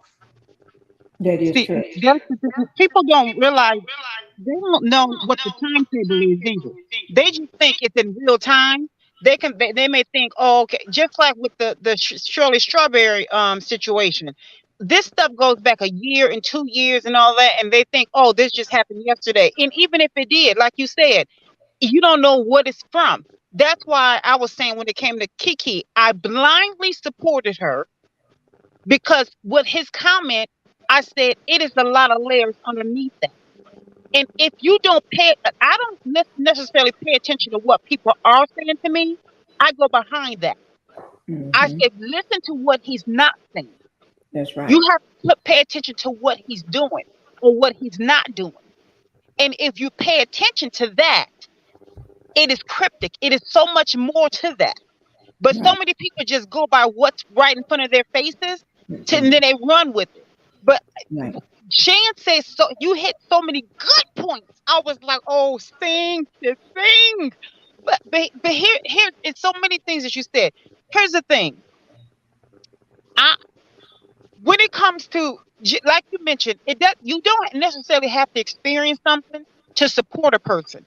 Right. I am so big on not slinging rocks at a person just because I haven't walked it, because you never know. Tomorrow ain't came yet. Because you may need somebody to support you in that very same thing. Hmm. I would like to think I wouldn't do that, but I don't know because I'm just as imperfect as the next person. Right. I always say that. So my thing is, my mess is gonna smell just like the next person. So I always say, if you see me in your shoes, don't judge me, help me. So I'm not gonna judge you today. I'll help you today. So tomorrow I'm gonna need you to help me. I don't need you judging me. So Very that well being said. said, you also mentioned something when you said that people will always try to judge you accordingly because they themselves are either hiding what they're doing, or because they'll try to set your standards higher because they themselves. And I have a quote that's in one of my books that's coming. I always say, never let a person set your standards for you, because they themselves may not be able to stand up to those very same standards, or they may set those standards higher because it is entertainment for them. And I always say that Hmm. you set your standards, or you set whatever it is that you have to do for yourself. And my thing is, whenever a woman is going through DV, even if he may do something today, keep it to yourself. Don't even tell your girls, because they're going to judge him because they are on your side. Keep it to yourself. They may mean well. Don't say anything until you know for a fact you're ready to go. That maybe that's what Keke was doing, and I applaud her. Right. She opened her mouth when she knew she was ready to go. And a lot Right. of times it may take something such as your baby to say, Right. I may have stayed because I stayed when my standards weren't high enough for me, but they're high enough for my child. Okay. Yeah. Sierra did it. She Yeah. had a future. But when she had her baby, she said, I'm not thinking for me anymore. I applaud that. What it may Right. take something small, it may take something big. It doesn't matter. It took something. And she said, they said, I got to go. I applaud that because my egg donor didn't do that for me. She stayed even longer. So my thing is, whatever it takes, just move. But if you're going to stay, keep your mouth closed until you are ready. You know for a fact I'm going, instead of being in the public's eye like Cardi B. Hmm. It's nerve wracking. Stay, because you're going to make it worse. Not saying that you keep your mouth closed over stupid things, but my thing is, if you're going to stay, just stay. Don't keep running your mouth and make yourself look like a clown. Stay until you say, okay, now I'm going to make a move, and move Right. strategically and in a smart way, which is what Keke did. Right. She, Right. if I was going to ever do anything, if you give me example Cardi B and example Keke, I'm going to take Keke. I pray I'm never in any situation such as either one of them. But if you give me that situation, if I had to walk it, give me Keke, and she was like, this is my child, this is how I'm going to move. Yes, it's been 2 years, but look, I got to go and I got all the evidence. She did not get all emotional, out of control. She just said, I'm gone. and here's all the evidence, and now I'm ready Right. to walk. She's Right. willing to take all the licks, but she's taking her licking her wounds with her baby intact, and she got her baby full Right. custody. That's how, if you're gonna do it, you're gonna do wrong right. You, That's how you do wrong you the got right to way, move. and You that's got what to she move did. in silence. And thank you, Son Kids, for that. I do want to say about that party, that birthday and everything. But when you someone have threatened you and you are afraid and then put you in isolation to whereas you're afraid to let anybody know what's going on because this person already, like she said, he's become unhinged, he's volatile, and he's dangerous. Those are some of the words that she used. And allegedly, but those are some of the words I read myself. I read them out this earlier today. And when a person is like that, you are afraid because he already threatened to unalive himself. He have already held the baby and say demeaning things about her around that child. He have already done everything he can possibly do to her besides unalive her in the same house as that child and around that child. He have already dragged her down the steps, beat her to death allegedly, choked her through over the couch, no matter what, breaking into her home when she's just relaxing on the phone with her mother. He have done everything. And if those little things like that, they tend to lead on to bigger things. And the fact that he's already threatening things like that, she's a lot of times you see a woman, well, why is she out with him? She's out with him because she's afraid. If she don't go, she knows what's gonna happen if she don't go. And you try to be the perfect person when you're out in public around that a creature, a demon like that, because even the smallest little thing, the fact that he thinks she was flirting with the waitress or flirting with somebody else or shaking her, showing her butt cheeks while she's at a concert, Usher concert. What is that? The, the smallest little thing she do is never good enough, and he's never good enough. And for his brother to say, when her mother went on social media, because the mother reached out to him, want him to know what your brother is doing to my daughter. He said, "Oh, you're doing the same thing I did. He's just like me." What do that? Does he learn this from all the other men in the household? Is that why he's doing it? It's not acceptable and everything. And people did not start taking. People was coming at her. Shame on them. That we as women have to prove ourselves. When a man, you saw how the creature from Love and Marriage, the hotel, did not have to prove himself. Mhm. Oh, he's such a good dad. He's such this, but he's doing all this crap. But he's such a good dad.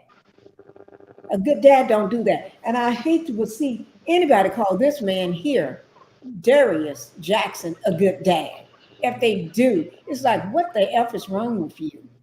No good dad does that. So she's not just afraid for her life, she's afraid for him because he had already showed what he would do to her in the child. Because his thing is, it depends on how the father feels about the mother, the way they treat the child. That's where he's coming from. That was some of the words that, and I'm paraphrasing those words. But and also I did want to show, and Sharon, thank you for joining and speaking as well. I did want to show, and some of the things that everybody, and I want you all to watch this little video. That couch, a couch. I'm going to use. I'm going to use my book as the couch. Okay, just say this is the couch. Okay, and it's turned this way. That couch has been moved. You know what I'm saying? Moved. So at the force of him she's going against the couch. That couch has been moved. Look at it. That is weight, and for him throwing her like she's a little rag doll around, and and and attacking her on the staircase. Think about it. If you fall or get pushed down or on a staircase, stairs got steps. Think of may hit your back or you fall your back. That is uneven. That is going down. That hurts. You can't tell me she didn't get hurt. You can't tell me, oh, that's like falling on cotton. No, that's not falling on cotton. You're hurt. Somebody doing this to you, that hurts. And they got their full force on there. Either you're going to be gasping for air or that hurts. That's not a play game. That's not playing. Hit you upside the head and knock you down. That's not play game. He ain't doing that because he love you. He's doing that because of what he is. He's a creature. He's a demon. He's unhinged. And sooner or later, the fact that he thinks you're going to keep taking it, you never know what's going to piss him off. He going to come home, something may not be right, and unalive you because of that. A person like that take away the thing that you love most in the world. And what is that? He already showed that he don't care crap about her or the child. He's using the child as a pawn. He will take away something she more or hurt something more than something that she loved more than any world is that child. Protect that child at all costs because this man, he is not wrapped tightly and is coming loose day by day. And the fact that he's been exposed like this, he can snap like that. He snaps like that on a daily basis, but he can snap harder and somebody can be pushing daisies. And I'm sorry to say that like that, guys. I wouldn't trust him It's true. further than I can throw him. I would not trust this man. But let me just go, huh? He's a monster. He is a monster. Yes. May I say something? Say what, Debbie? May I say something? Oh, yeah, go ahead, Debbie. Y'all can speak freely. I would like to thank Shan. Shan, I wish I had an auntie like you when I was coming up. Somebody would have taught me better. So I would know better and make better decisions. So I applaud you what you're doing for young women. Yes. Because a lot of women, we didn't have that. And I'm a woman of 64 and back in the day, women didn't talk about this. If they did, they didn't teach us young girls about it. Mm-hmm. They didn't teach us what to look for in a man. So we didn't have to go through some of these things. Thank God Keke had, a camera footage and all of that kind of stuff. A lot of women don't have that. They don't have that. They don't have those resources. A lot of women don't know what signs to look for that a man would do this to them. It's never all right for a man to put his hands on a woman or a woman to put her hands on a man. That's why a lot of women who have been with men, they are broken because they break you down mentally, emotionally, spiritually, financially. And women are beholden to them. And then men use control to get women on drugs. And then they out there. So I wish I had an auntie like you when I was coming up. Somebody who would have taught me, supported me, and gave me the knowledge I need to become a woman. So I'll know what love is. That I know that when a man is just misusing me, hurting me, abusing me, or is he really loving me? So I thank you so much. You're welcome. Love you, Debbie. Yeah. I love you, Love you, Miss Debbie, Debbie. and I understand because when I was growing up, I didn't get a lot of information either. That's why I do say things and I talk to, and I just let them know for the most part. You may think that I'm judging, but I'm not. But whenever you ready for help, call me. Cause I didn't had this conversation with cousins and different people, and it's like you may not be ready to go right now, so that's your decision. I'm not going to bother you with that. But when you are, call me. I'm like an encyclopedia. We gonna find it in here somewhere. So when you ready, call me. And that's just how I feel about it because I've watched like back when I was really small. I watched aunts and different people go through it and didn't understand what we was actually witnessing at the time, but then neither they had nobody to actually go to because if you went to the men, they didn't know, but they was just gonna make it worse because they coming for that guy. And then at the end of the day, if you're not prepared or ready to leave, it's gonna get worse when you go back. And they not knowing that, thinking they're protecting you. That's why what Sunkin said is kind of a blessing and a curse because you cannot tell somebody, but you need that one person, that one or two maybe people that you can talk to, and they can say, "Well, whenever you ready, just let me know when you're ready. When you're ready, I'm here for you." And that's Right. all most people need. And that's why, Aunt Debbie, I saw it.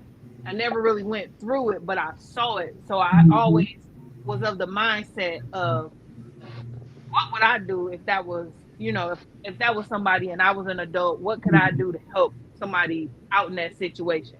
I don't Right. have to let you move in my house. I don't get have to give you money, but I can show you the pathway out if you ever ready. Mm-hmm. It's very simple to somebody like me, but that's because I'm not in it. And that's why I give people the space to make that decision yourself as to when you're ready to leave. Right. I I And agree, get it. Cheryl. it's King, just King. it's We it's love it you, dear. I cry a lot. Now I'll put it like that. Most people don't know, but I do cry a lot because I feel like I would never want a family member to be unalive and I didn't Mhm. try. I didn't Right. say something, do something, you Right. know. So I just feel like, and the funny thing is, a lot of my family members and different people that have never had me come to them that way, they think I'm mean. So You're holding up me.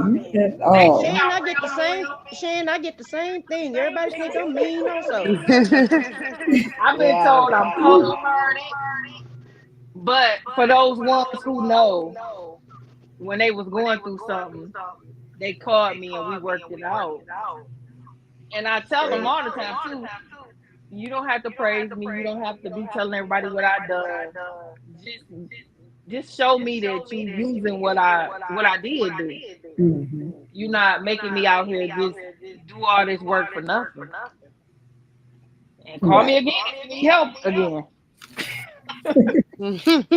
Well, I want to piggyback off of that because a lot of times, like you said, when you in that situation and somebody come, like I'm gonna give my brother for an example. My little sister used to fight with her boyfriend, and he would go and help her out. But then it came to a point to where he didn't want to help her anymore because she kept going back. Oh. And so he was like, I'll go help rescue her. And then next week, she's going to be back with him. And so, where does that leave me? Mm-hmm. And so, I just explained to him, it doesn't matter how many times she go back. If she call you and she needs you, I think you ought to go over there and help her out. And you don't have to fight with him, but you can definitely go rescue her Right. because it's going to take more than one time for her to leave or what have you, because a lot of people are really, really in love. No matter what this person do to them, you can't help who you love. Right. And some people, like Aunt Debbie said, they don't know what real love is. They don't know what love is. And so a lot of times you just can't judge. I mean, I know it may look bad to you, it may look crazy to you, but you cannot judge somebody that's in this situation. All you can do is like what Shan said, when you're ready, call me and I'll help you find a way out. But a lot of times, we judge people, especially if we don't help them once. we'll judge them because they go back, but we don't know the reason why they go back. And to me, all you can do is just be there and just wait for them to want to do something different, and that's all you can do. Right. That's true. I agree. But we have to keep in mind too, not that because I've been accused of coddling people a lot because I'm such a nurturer. So I've had to Hmm. learn how to. I'm in therapy to learn how to stop doing that so much. But we have to keep in mind too that men can have sex, drop the money on the table, and keep it going because they compartmentalize. Women, we lead with emotion. And when you Hmm. get these women that saying, "Oh no, I can do this and that," and I'm a city girl, I'm this, that, and then you learn what they're taking behind off their men behind the scenes. You go, "Oh, you a city girl, okay." At Right. the end of the day, you still a woman, okay? That's So the right. thing Hmm. is, being that we're built on emotions, when a woman connects with a man because of all of what we take in, see, the thing is, our brains are involved. Not only our emotions, but our brains are Right. getting hit dopamine and all these serotonin, all these chemicals that are hitting our brains, not just our hearts that's involved, our emotions, it's our brains, it's chemicals. And so we are connecting with the man in a way that he will never he don't have to connect with us if he chooses not to. Hmm. So Hmm. it's not when we connect, we have to keep in mind that's why it takes 2 years before we come the endorphins just like take going for a run and you feel great you on cloud 58. It's the endorphins that are going. It takes 2 years when you're in love with someone for your honeymoon to come to fall off, for endorphins to start to die down. So that's why it's like after 2 years they say, oh, it's taking 2 years for her to say something because now her endorphins are starting to dry up. So that is the reason why the chemicals are starting to dry up. But she's able to come out of the dizziness from the honeymoon Hmm. phase. Right. So that is the reason why it's not that she wants to be. I'm sure Keke wanted to do something sooner. She couldn't. Her body wouldn't stop. Her mind wouldn't stop. Not to say that it's okay, but we have to call a thing a thing. Right. She wanted to, but she couldn't. So it's the our makeup. Come on, it's physics. And so when you consider all of that, the girl each time a woman goes back to a man, each time he does something to hurt her, she's one step closer. And she leaves, even when she comes back, she's one step closer to the door. If she has any amount of self-worth.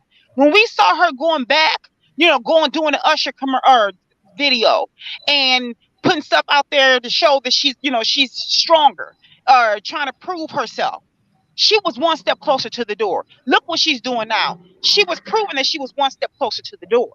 We don't know what's going on, but the thing is we got to mind our own business. That's why I was like, no, it's more to this. So the thing is we got to cut people grace, women grace, because it's not easy when we're dealing with men, because they can walk, because they deal with things differently. They're not connected the way that we are. So even if we say, we say, ask the question, how do you eat an elephant? One bite at a time. With a woman, sometimes it's not a whole bite because we're dealing with our bodies are made up differently from a man. Our emotions are made up differently from them. They deal with emotions, but they deal with them differently. So we Hmm. have to cut them some slack and say, you know what? Let's just do it when she's ready. We just got like whoever just got done talking, like she said, she told her brother, just support her and let her come up out of it when she can. We gotta come up and then out of love. Yeah. Men should just fall out of love, but we gotta come up and out of it. There's Yeah. a difference. And think That about is her good. hormones when she had the baby son kissed. Oh my, Yeah. And that's a and, whole and nother so beast. Yeah. You her got to remember hormones she was did. up She when she just got had a pregnant. baby too. Hmm. Yes, that's a whole nother beast there. So yeah, Right. we gotta come on, we gotta cut people some grace, and especially women. We gotta. That's why I Right. don't rock with women that be dogging each other. I can't rock with females like that. Those are not Hmm. women. Those are just females to me. I can't Right. Mm-hmm. rock with that. Hmm. I can't. Mm. Uh.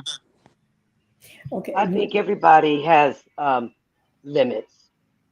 Yeah. Everybody Yep. standards are different, Right. and that's what we need to recognize so we don't judge Right. because what one woman would tolerate, another woman wouldn't. Right. And we can't judge each other. But as far as Kiki's concerned, hers may have taken 2 years. It could have took 20 Right. years. It could have been 30 years. We don't know what a person limit. I do agree that, our makeup is different, and we are different from that man. And Right. he can hit it and quit it and keep going where woman emotions get in. Well, you kissed me first. But And what you I got hear a go lot ahead. going on is the word love. My thing is, everybody has their own definition of what love is. Some is, if you beat me, that's loving me. Some, if you bring me flowers, then you love me. Some is, if you spend time with me, you love me. Everybody got their own idea of what they think love is. And some women believe, maybe oh, he just hit me a few times, or he just beat me 4 times a week. He beats me 6 times a week. He didn't hit me the Mhm. seventh day. Right. He still loves me. They can be bleeding and in a hospital, and oh, he loves me. I did Right. this wrong, because that's what they do. They make you feel as if you done something to make them do it. But there is nothing you can do. There's nothing that you've done. These are broken men, and they go out and look for people that they can, to make themselves, because they're broke, to make themselves feel better. I got to find someone I can break down to make them less than I am. And if I Right. break you down less than I am, then I can feel like I'm somebody.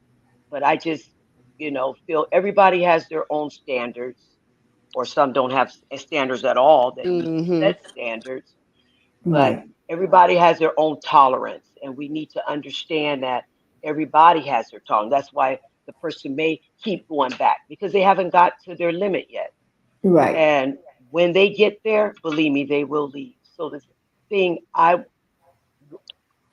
understand for myself to do, if I see that, is to be there to support them, not judge them, but to be there and support them. So I commend you, ladies, so much about being there as support.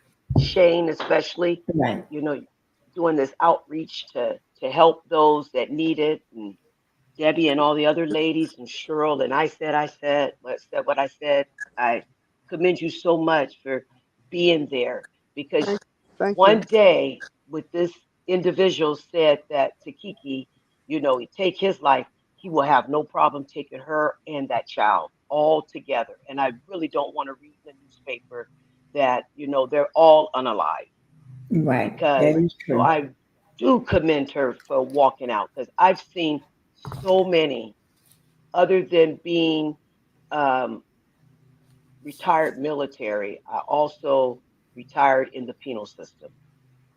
And I've seen so many hundreds of people that are there for unaliving people, whether it's children, whether it's women, stalking them, hurting them, you know, and I spent over 20 something years at a male institution, and hearing Mhm. the stories from this other side. And they always tell me, oh, you don't understand, and you don't understand. Yeah, I do understand, because I've watched it. I've seen it Right. so many years. The stories are the same. It's just a different person telling it. It doesn't matter if you're white, black, light skin, dark skin, brown skin, red skin, who cares? Mm-hmm. A person, a human being is a human being. Mm-hmm. And when you go out and you hurt a human being, and you think that, well, look what they made me do, or, you know, it's the same story, you know. Mm-hmm. So I just wanted to Mhm. just share that with you guys. Okay, thank you. Thank you for sharing that. You're very Thank welcome. you guys for sharing. I do have this slide up here. I do Yes. want to touch bases on this as well, because this is the only thing that I didn't show in all my slides. So I do want to show this here. This is where is in Kiki's home, and we all want to thank God that she got those cameras in her home. Okay, and those cameras in her home is the one that got her being able to have that restraining order. That restraining, she was, she got that restraining order because she had her evidence. She had this video showing what he had did and what he always do. Although she was granted that temporary restraining order against her ex, which was actually on the 10th. I think it was on the 10th on Friday. But if you look at this picture, this is when she was relaxing on the couch, just had on a shirt and her underwear, sitting on laying on the couch, talking on the phone. I think it was her mother, allegedly, that she was talking to. If you look at everything, it's daylight. If you look at that big giant window where those curtains Yes. are, that's daylight. If it was dark, it'll be dark. That those curtains would be black looking. But it's daylight. You can tell it's daylight in there. And that couch is gonna move. Normally that couch is, person don't put a couch crooked like that in their house and everything. And you can see, I'm not sure, can y'all see my mouse? You can see where her arms are up in the air here, and see where Oh this my is God. covering her because she she's relaxing. Who expects somebody to come in your house? You may not. A lot of people lay around with no clothes on or half clothed, because you're not expecting. And thank God the baby was not there. The baby was with family, so thank God the baby was not there. He claimed he was coming to see his baby to take the baby to so him and the baby can watch a ball game. It's like, what do a 8-month-old know about watching a ball game? He was just coming there, in my opinion, just to harass because he wanted to have something to fight about. They always got something to fight about. And if you look right up here on this little white part here, that's the time. That's the time. And that's saying 11:09 a.m. That's the time going across there. So you can tell that this is during the daytime. Okay.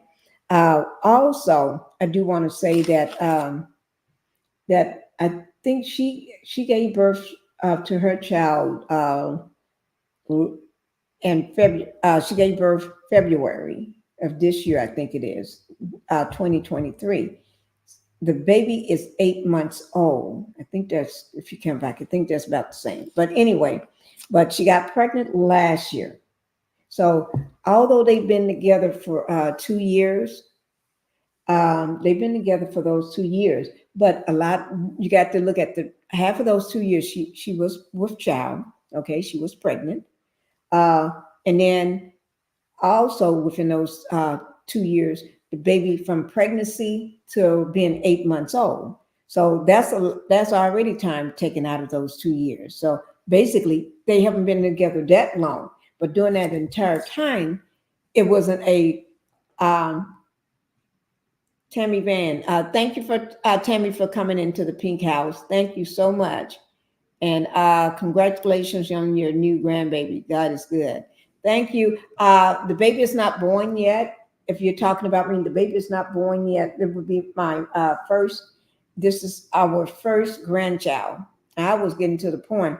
Um, but anyway, uh, it's like not like they that old, my kids. But anyway, this is our first grandchild. So I am excited. My husband, we're both over the moon because this is something new for us. We never entered this type of arena. Uh, we only had dogs. We got dogs. Now we're getting a baby. No, but not my baby. I call it my baby, but it's the whole house baby because we never had a baby in the house. So it's the whole, everybody's excited. Okay. So that's baby won't be born until next year though. But I'm excited. I'm very excited. And everything. And if you're talking about the one where I posted with Bella is just talking back at me while we was dancing about us. Bella's going to be, I guess, new big brother dog, big sister dog, whatever. Bella and Cola. I don't know. I don't know what you call it, but anyway, we're just excited. You know how because I got family members got grandkids, and they're taller than I am. It's bigger than me. It's like, how They you grow got fast. grandkids, huh? They grow fast. Yes, and I Yes, don't they even do. have. It's like I don't even have one, but now I do. I got one. Well, I'm gonna have one. Not Aw. that I got one now, Aw. but I'm gonna have one. Yeah. But anyway, Well, welcome let's to the go ahead and Grandparents play this, Club. huh? I was saying, welcome to the Grandparents Club. Thank you. I get a chance to be invited to it because you know what? I'm going to tell y'all a secret. Don't tell nobody. I was getting jealous. I get jealous of people seeing people with their grandbabies and talking. Aw. It's like, what? Oh, Yes. I've been getting jealous for years. I When I was too, see Pinky, people with until I became grandbabies a and they talk, grandmother. it's like, what about me? Right. I did. I felt the same way, Pinky, until I became a grandmother.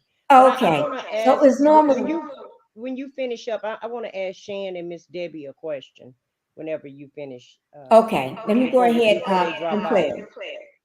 Okay. Because it's not that long anyway. Here we go. Oh, one thing I did mute because I don't want anything with. Okay, here we go. Oh, oh, here it is.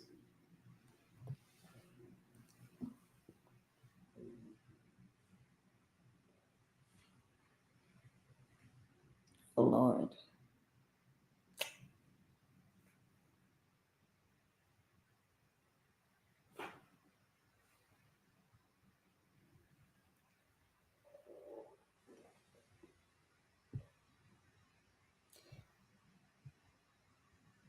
And let me show you all something. Did you see? This is him standing over here. You see how she's like this here? He's walking outward. That's after he and you know after you and gotten pushed or shoved over the couch. Y'all see that? This is him here, and that's her.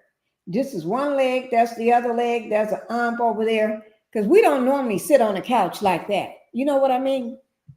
No. right. Right. Hmm.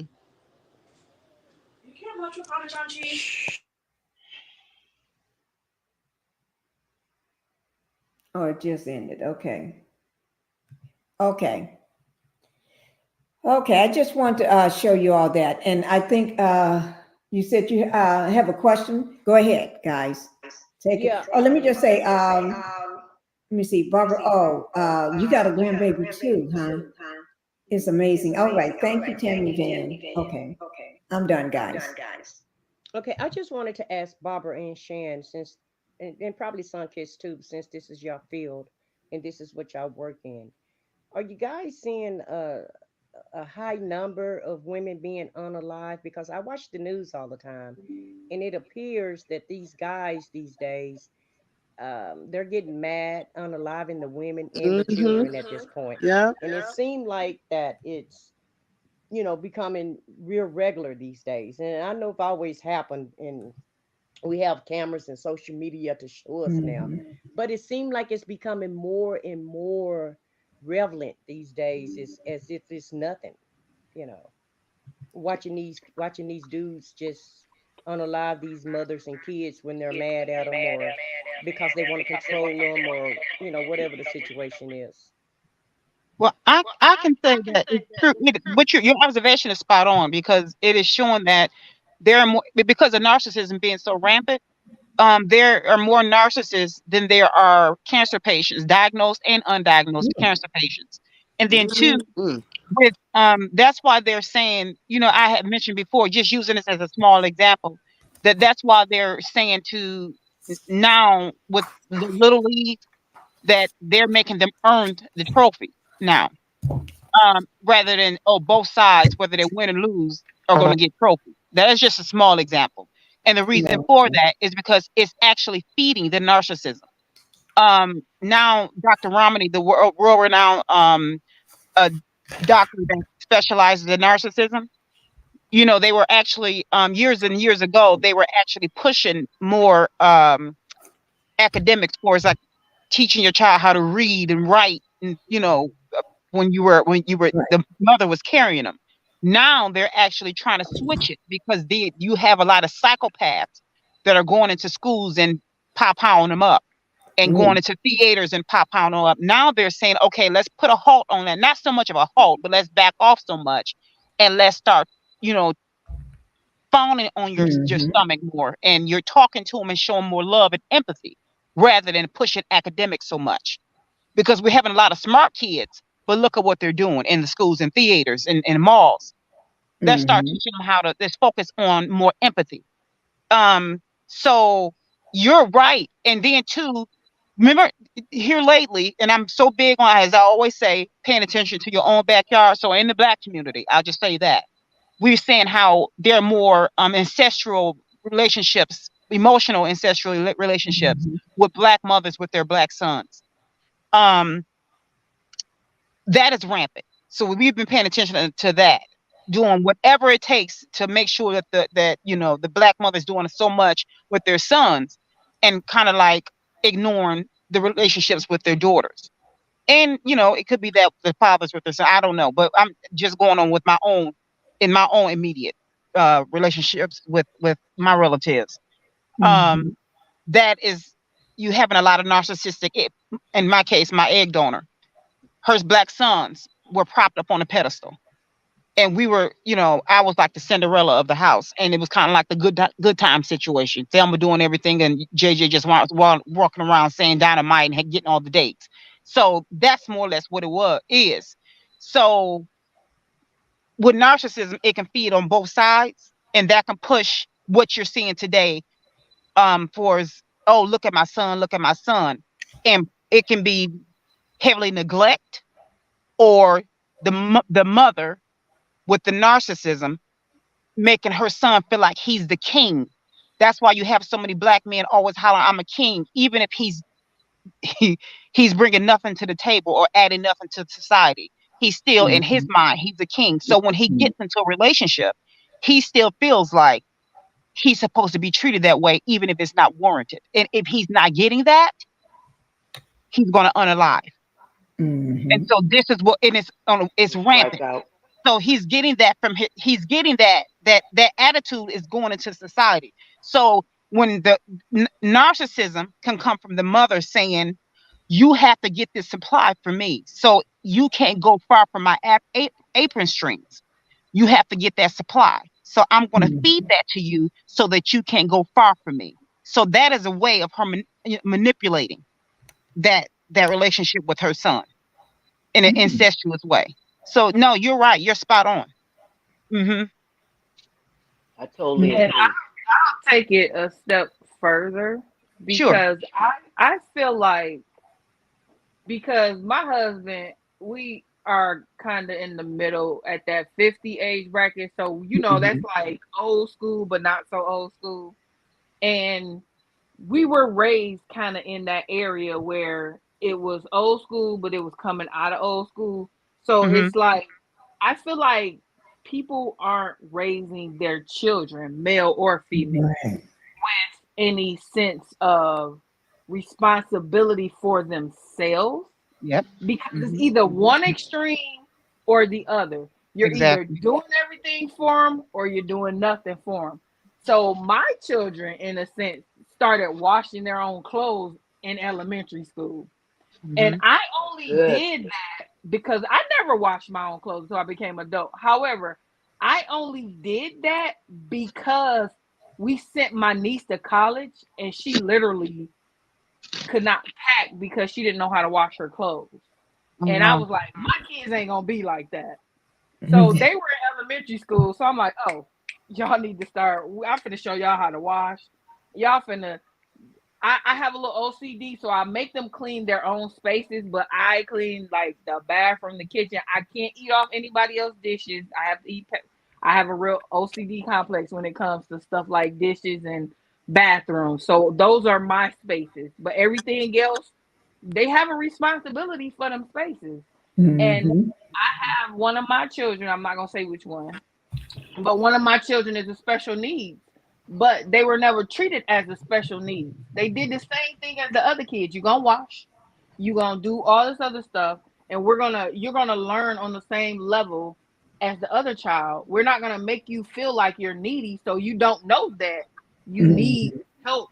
We're just gonna give it to you, but we're gonna give it to you in a way that this is normal. And I Mm-hmm. feel Right. like a lot of parents don't parent these days. Either you Mm-hmm. parent to one extreme or the other. And you get a lot of them that's kind of still in between, but the vast majority is on one spectrum, like you said, where they're the king Mm-hmm. of the house, and then the other spectrum where they are just nothing. And when it Right. comes to a clash with a strong female, a lot of times, because what I've seen and what has not been normal, because I've been in law enforcement for over decades, but what I've seen coming into the 2000s is the 20s rather, is that it's more strong women in this situation than we think, Mm-hmm. because Mm-hmm. these weak men that I've dealt with, and this is personal experience as far as the women that I know that I have dealt with in these situations, these men cannot come to that level of that woman, so they try to bring her down. They Yep. don't start out Mm-hmm. being abusive and all this other stuff. It Yeah. gets so Right. a lot of times they're not abusive. It gets there because they're trying to knock her down a peg, because she's this strong. She got it. She got the house. She got the kids. She got the job. You have Right. nothing. You come in being her babysitter, and then you want to bring her down a peg because you don't feel like you're king. Right. Yep. What a lot of people don't understand is then you have that man that come in with everything, and he usually chooses the woman that really has nothing, and she pretty much caters to that. And the Mm-hmm. moment she gains enough strength and enough wherewithal to know I deserve better, I am better, then he like, no, no, sis, I need to knock you down a peg. And it's not just a black white thing either. Mm-hmm. This is a male female thing for the most part. But I have also seen some women. I've dealt with women who are also not victims in these cases. They are the abusers. So Mm-hmm. it's almost like it's just switching roles to what Mm-hmm. I just said in those instances. So it's very kind of weird to me, because back in the day, when I originally was telling you about the situation that we were in with our family member, it was like he was the king and she didn't know nothing. She wasn't really that intelligent. So he was bringing her, he was elevating her, and she couldn't get away. You know, that's what it used to be. But Mm-hmm. now it's Right. almost like it's switch. You got these strong women picking up these weak men, and they can't quite reach where she's at. And instead Mm-hmm. of saying we gonna work together and we gonna work up to that, they don't know how. And see, the funny thing is, I was always that strong person, and my husband, he never made more money than me, but he was enough of a man to know that the money wasn't what it was. I needed to be protected. I Right. needed to have somebody that Right. could do things, because where I made money, we didn't have to pay for not now repair in the house or on them cars. My money, his money wasn't, he made, and he didn't work as much as I did either, but he still contributed with money and the other stuff. But see, Right. some people get that money thing, they get that messed up instead of Mm-hmm. actually being a partnership. So what it is, yeah, I make the most money, but he was doing the most stuff. And it was like almost like I worked a lot, but I had my hands on the children more because he was really doing a lot, even though Mm. I worked more, if you understand what I'm saying. And what Right. happens is I these understand. Yes. days, if somebody's not teaching you how to be that type of man or woman to where we're compromising and getting to this, because I'm not saying it's all great, because we clash like titans because we're so different, but we know how not to let it get to that place. It Right. doesn't get there. Mm-hmm. Right. And that's the problem Yes. with, say, now that I'm retired, he making all the money, and it still hasn't really changed though.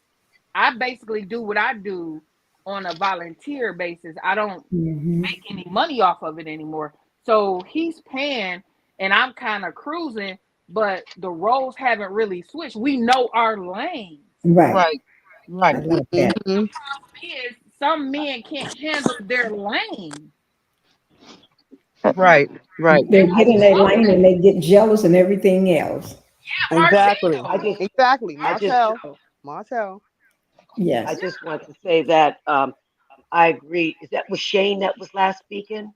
Yeah, Yeah. Shan. Yeah, Yes. Shan. Okay, because I'm also retired from the law enforcement, the penal system.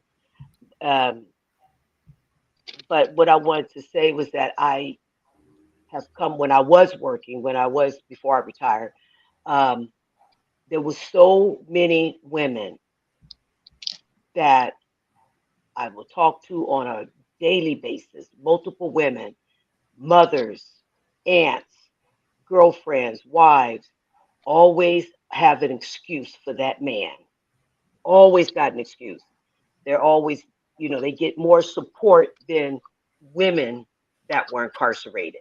Hmm. Hmm. It was that man, and it was always they had an excuse for him with this and this and this and this and this and that. So I totally agree what you're saying as far as enabling him, making him feel like he's a king when he's Hmm. not, Right. and he's walking around and feeling he doesn't have to do or contribute very much because there's all different ways to contribute. It doesn't have to Right. always be It is true. monetary.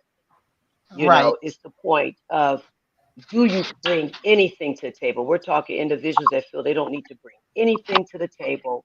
Mama gonna take care of this. Exactly. And and I get the phone calls all the time. When I was working, I had to get the phone calls all the Hmm. time.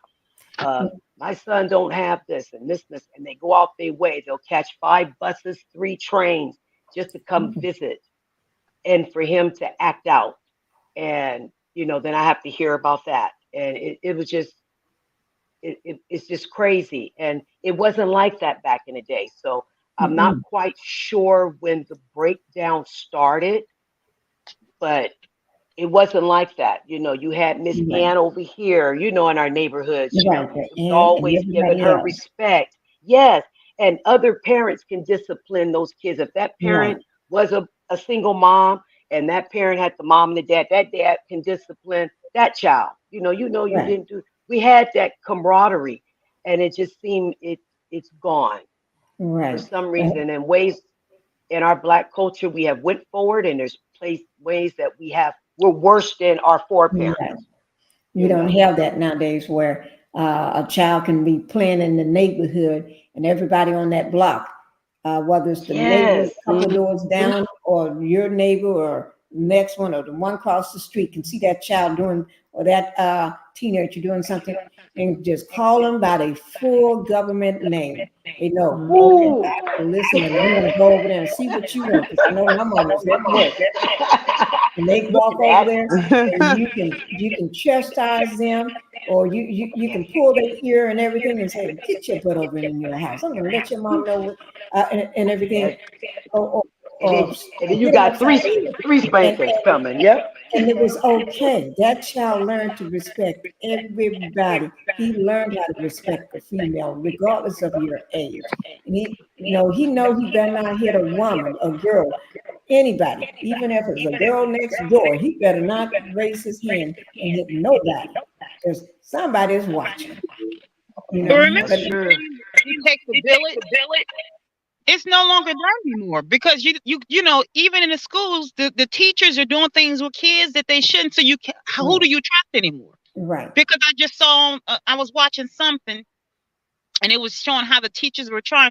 One little boy had a panic attack because what the teacher was doing is then she tried to lie and say he was doing that with her, and she didn't know there was a camera watching her. And then some of the kids saw the boy having a panic attack, right, anxiety attack, and they were witnessing it. So it's like things like you said, there's a breakdown. right, So it's like it's no longer a village. There's no, right, That's so true. there's a right, breakdown. So it's what, And then on the right, flip side, on the flip side of that, also you having these kids attacking the teachers. right, that's That's that's true. right, that's They're attacking the teachers. The parents are not letting you discipline the kids anymore. And Mm-mm. like Pinkie said, Right. I'm with Shan's age group. I'm 57, so I'm kind of old school but new school, like in between, Yeah. I'm, in between baby boomer I have to and stay not. new school to keep up with these people in this house. Right. My kids run Like through. like you said, Pinkie, the whole neighborhood could, if we did something and Right, our mom wasn't at home, well then Sister Clark gonna come over there and tell Mama what happened, right, and she gonna discipline you, and you gonna get disciplined, by your parent.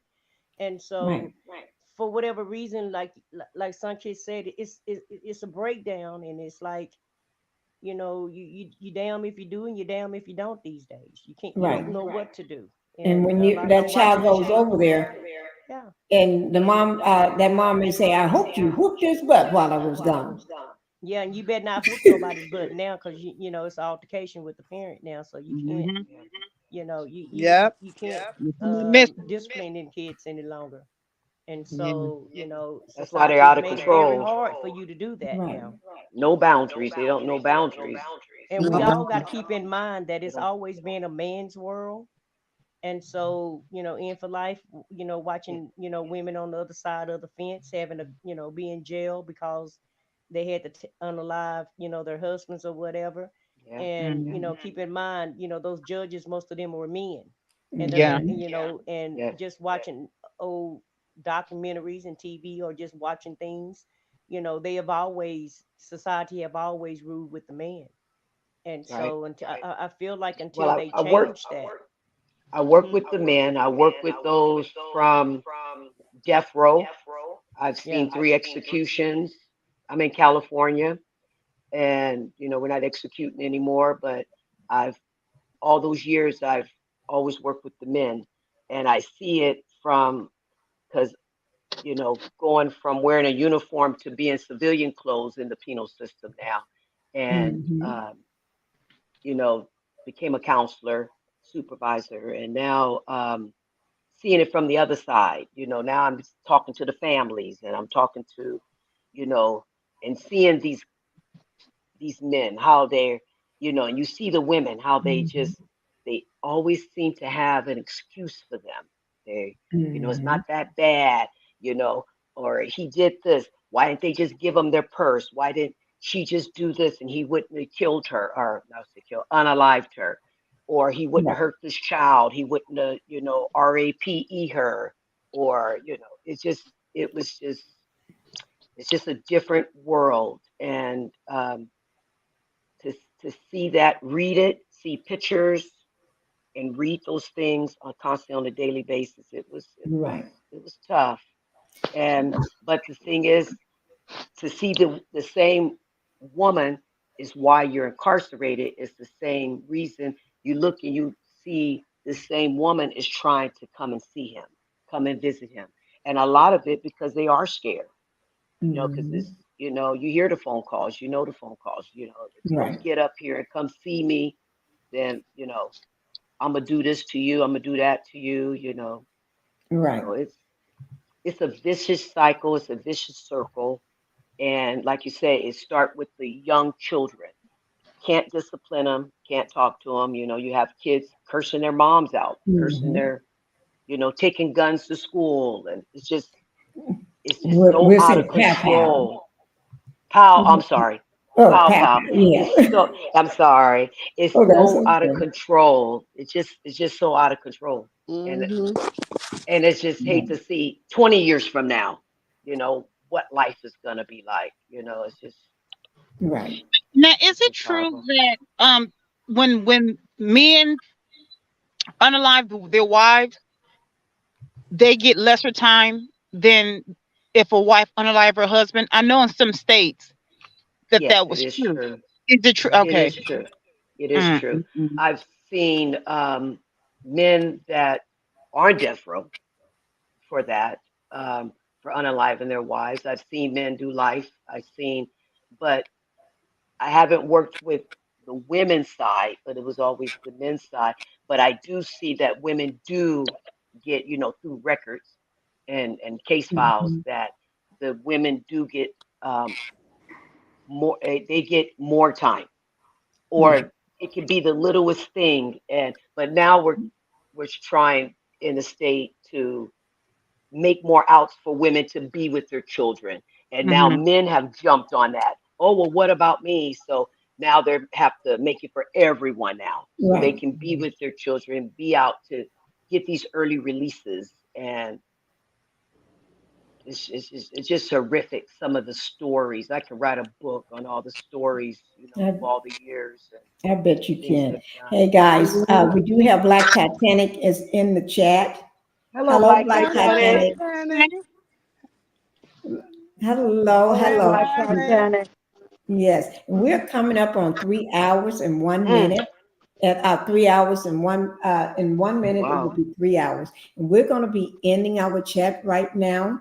But I do thank everybody for being here. Especially, I'm so glad to see Thank you. Black Titanic is hanging out. Yay. I wish she was Yeah. up here. Yay. Yes, everybody that came for this.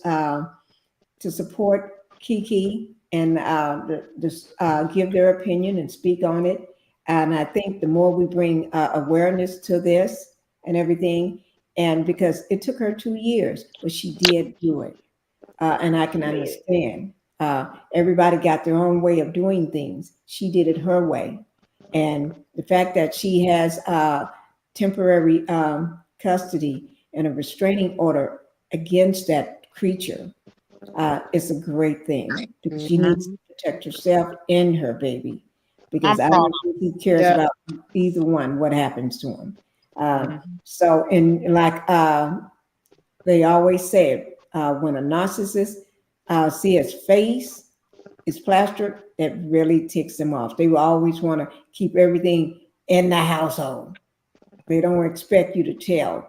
Tell it, tell it, tell it, girls. Women, Mhm. don't worry about it. Tell it if you can. But thank everybody for being on the panel. Sun Kids, Thank Shug, you. I Thank said you. what I said. In for life. And then we have Debbie, and then we have Shan. Thank you guys. I've really enjoyed. I always say you all are so powerful in your speaking, in your what the way you say things. I think it helps uplift not just the people in the panel, but it also the ones that's hiding out in the bushes, in the trees, man out in the flower beds watching too. But yeah, even the ones that don't have time now, but they hit the replay and watch it later. I think that hearing this and hearing that there's so much help out there, and that people do understand. You don't have to hide. You don't have to keep it a secret, but find a safe way to get out because you every way to get out is not someone else's way to get out. You have to find your way to get out and make it safe for you and your children. You know. Yeah, and another thing, Auntie, Yeah. I'm glad you said that. Fine, they have to find their way because leaving, that is the most dangerous time. Mhm. That's like 90% of it. Right. That's the I most agree. dangerous time is when we're leaving.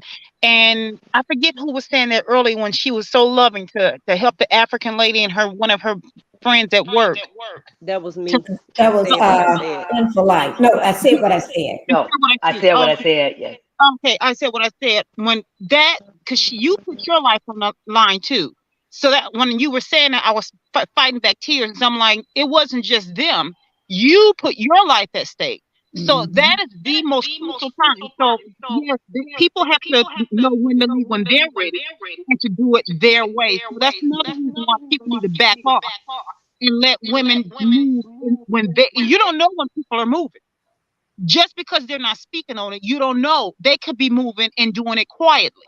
So, Mhm. all the ruckus and all that, just respect people's pace. Respect it. Right. I'm glad that you said that, Auntie. That was very Thank you. powerful what you said. And we want to also thank Debbie, excuse me, for being here because, and Greta Lee, because you never know what is a trigger for someone else. Yeah. So just to have these two strong women here, Mm-hmm. uh, and Debbie she's always speak wisdom to everybody, no matter who you are. There's not a platform that she can't go on that she can't speak. and everybody is telling her to preach it. Say it, Debbie. Speak, Debbie. Everybody wants her Right. to speak because they know where it's coming from. And thank you, Exactly. Debbie. And Shan. Shan always have some great words for everybody. Mhm. She sounds slow and low, but she knows what she's talking about. I That's love Ex- right. it. I Most love it. definitely. And Thank then we, you. Thank you. yes, Shan. Yes, I said thank love, you. I love I Shan. love the way she said. She said it so quietly to her, you don't even know she's saying it to you, but she's saying it, and when she gets in it, you just sit there and just listen, and just mhm. go, okay, I get Yes, you, yes. because everybody listens at a different pace, at a different way, and everything, and having all y'all different women, even Cheryl, uh, from upstate New York. Everybody gets it in a different way, and some people may not hear one person say it, but then somebody else can say it, and then they get it because everybody can they hear and take things at different levels and different times. So it depends on the person. Some may like it the way Debbie preach it to them. Some may like it the way Sunkiss break it down. Some may like how Debbie Cheryl just smooths it out in her I way. love them all. I love them all. Huh? I love them all. I I do love them too. all. But you never know who's sitting in those bushes. Yeah. May be having their story. That's Uh, true. we Yeah. are speaking on their story, and they can't. They're saying it's me, but I'm afraid to come up.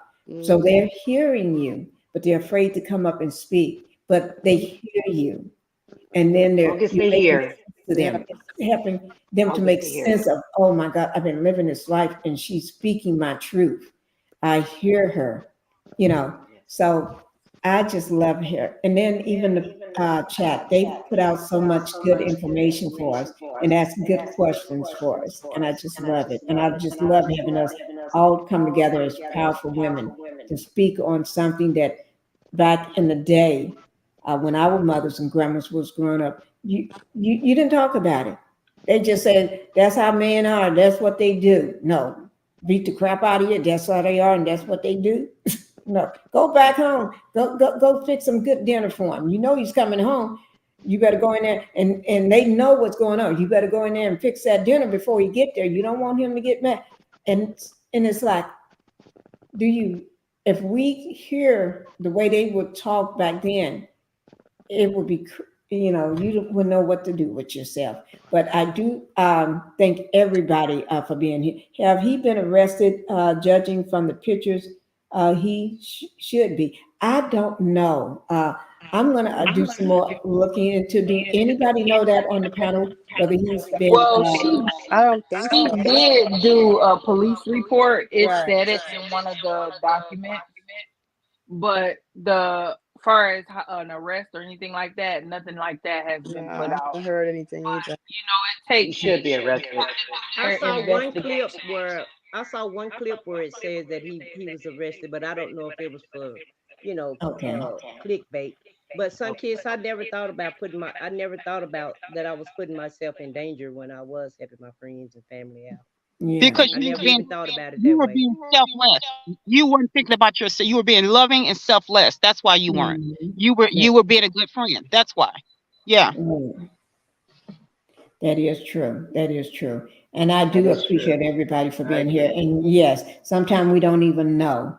And we don't even know when we're doing things to help someone else. We're just doing things out of the goodness of our heart Yes. and everything.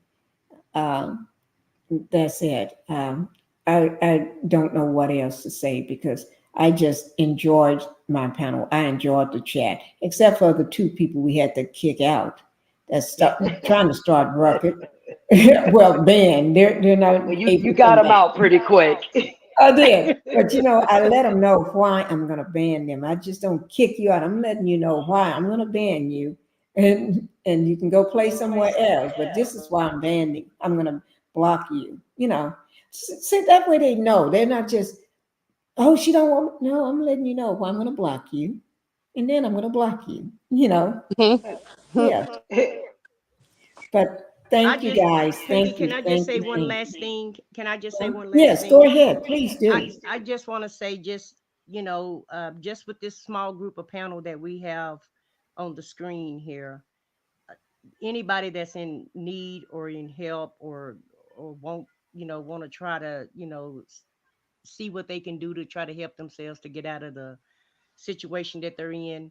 Just this small group, we have two people that said they have an advocacy group that could help you. So Mhm. if we have two people on this panel that can help you, just think in the real world, you can find it's always somebody in some group, some shelter. And Pinky, I'm sure you're gonna put the number back up there.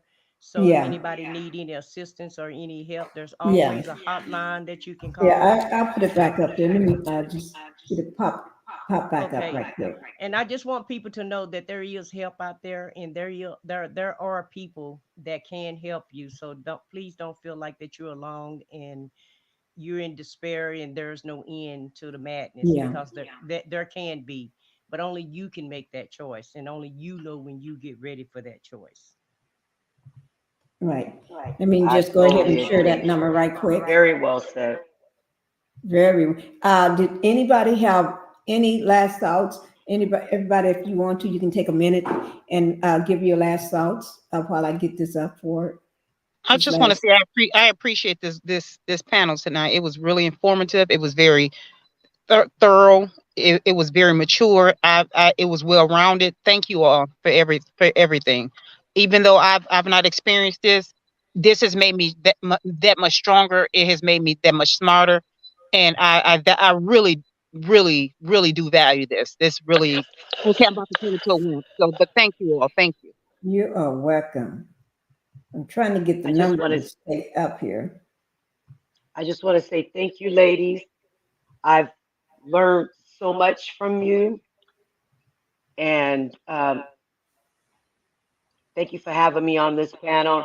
This topic was it was so well needed, and we needed to talk more about these topics, not tear down one another, but hold each other up and support one another.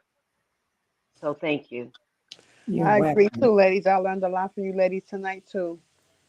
And like you said, hold each other up and stick together, and Yes. help each other, And for all the young women that's in this situation, Miss Pinky put a number up. You can reach out to the 1-800 number and get the help you need. Thank you, guys. Maybe Thank even you. put even maybe even put him in lockup. Oh, yes. And if you don't want to reach out to that number, you also on your job, they have what they call employee assistance program. It's called EAP. Oh, okay. And you can actually Yes. reach out to your job and see if there are resources that can help you also. Yes. And it's all All right then. confidential. Oh my God. I, And Kimberly Ross, I did see you come in, and I'm sorry. We're at the end, but please watch the replay. Let me see. Sorry, I came in toward the end. Everybody enjoy the rest of your day and weekend. Yes, please watch the replay and everything. And so, and Shannon, I did see your comment that you had a phone call. Okay, thank you, Shan, for being here as well. And everybody, thank you all for being here. Thank you for all the support and all the support and wisdom that you all gave to everyone out here that's watching this channel. And thank you. And we must continue this. We must not drop the ball. We're going to continue this for other women. So we're going to pick up in any any updates that pop. I will let you all know. I will be throwing, when I do get any updates, I will throw a thumbnail out there so that way everybody can know. In the state of Tennessee, the EAP will pay to relocate the family. Oh, okay. I didn't know oh, that. that's good. Okay. But thank Thank you, you. Pinky, for having me. You are welcome. Thank you, And thank ladies. you, This was Debbie. very informative. Thank you, ladies. Thank you All too, right. Aunt Debbie. Yes. Thank Yes, you, thank you, guys. Sharon. It was very informative. Yeah, it It sure was. was. It definitely was. It was. All right. Thank you. And everybody enjoy your Saturday. And then don't forget tonight, Love and Marriage, Huntsville come on tonight. Huntsville, yes, Happy yay. birthday, Melody. It's the Happy don't birthday, forget Melody. it's the renaming ceremony. It's the renaming ceremony. And her birthday is today. And Debbie, Yes. I heard your Naming Debbie, I heard ceremony. your Debbie, I went to your channel and saw your test video that you had. Yeah, me too. And Me too. congratulations on that. Oh, Congratulations. Oh, what thank is you the guys. channel? So I can go. She Y'all has a tell about video. the video. Yeah, she have a video on her This channel. video. A video on YouTube. Yes. And what is it At called? Aunt Debbie. On Debbie. Okay. At Aunt I'm gonna Debbie. go there right now. But it's at Aunt Debbie. The symbol. Yes. The symbol is The symbol Aunt at Debbie. Yes, the symbol Yeah. is It's at Aunt Debbie. yeah. At at let me is it just at on Debbie? I think I had did I put it up last time we was in here? Yeah, Was you it did. at That's how Sam? I was able to get to it. You put it in there. Oh, okay. I missed it. It's the symbol Oh, at. It's the symbol at. And then it's a It's just space Aunt between Debbie. Aunt Debbie. No Aunt spaces. Debbie. Okay, I Okay. at on Debbie. Okay. So I just put Yeah, it you can here. just put Aunt Debbie in there and it'll pop up on the search field, on YouTube. Okay. Is that right Okay. the way I put it? Thank Yes. you, my sister Stroh. Yes. Yes. Okay. Okay. And all my sisters. I You welcome. love you all. I love you All right. too. Thank you guys. And make Thank sure you. you all go to at Aunt Debbie. Go over to Okay. her channel. And whatever she got on there, watch it. Give her all her Okay. views and her likes. Don't be short on her. Just give her a like and you leave a comment so she know you've been watching. Okay, guys? Okay. All right. Okay. Thank you guys. Okay. Bye. Madam, you Bye. all the Bye. best. All Bye, right. y'all. Bye-bye. Bye. Bye. You Bye-bye. guys have a Love nice y'all. evening. Bye.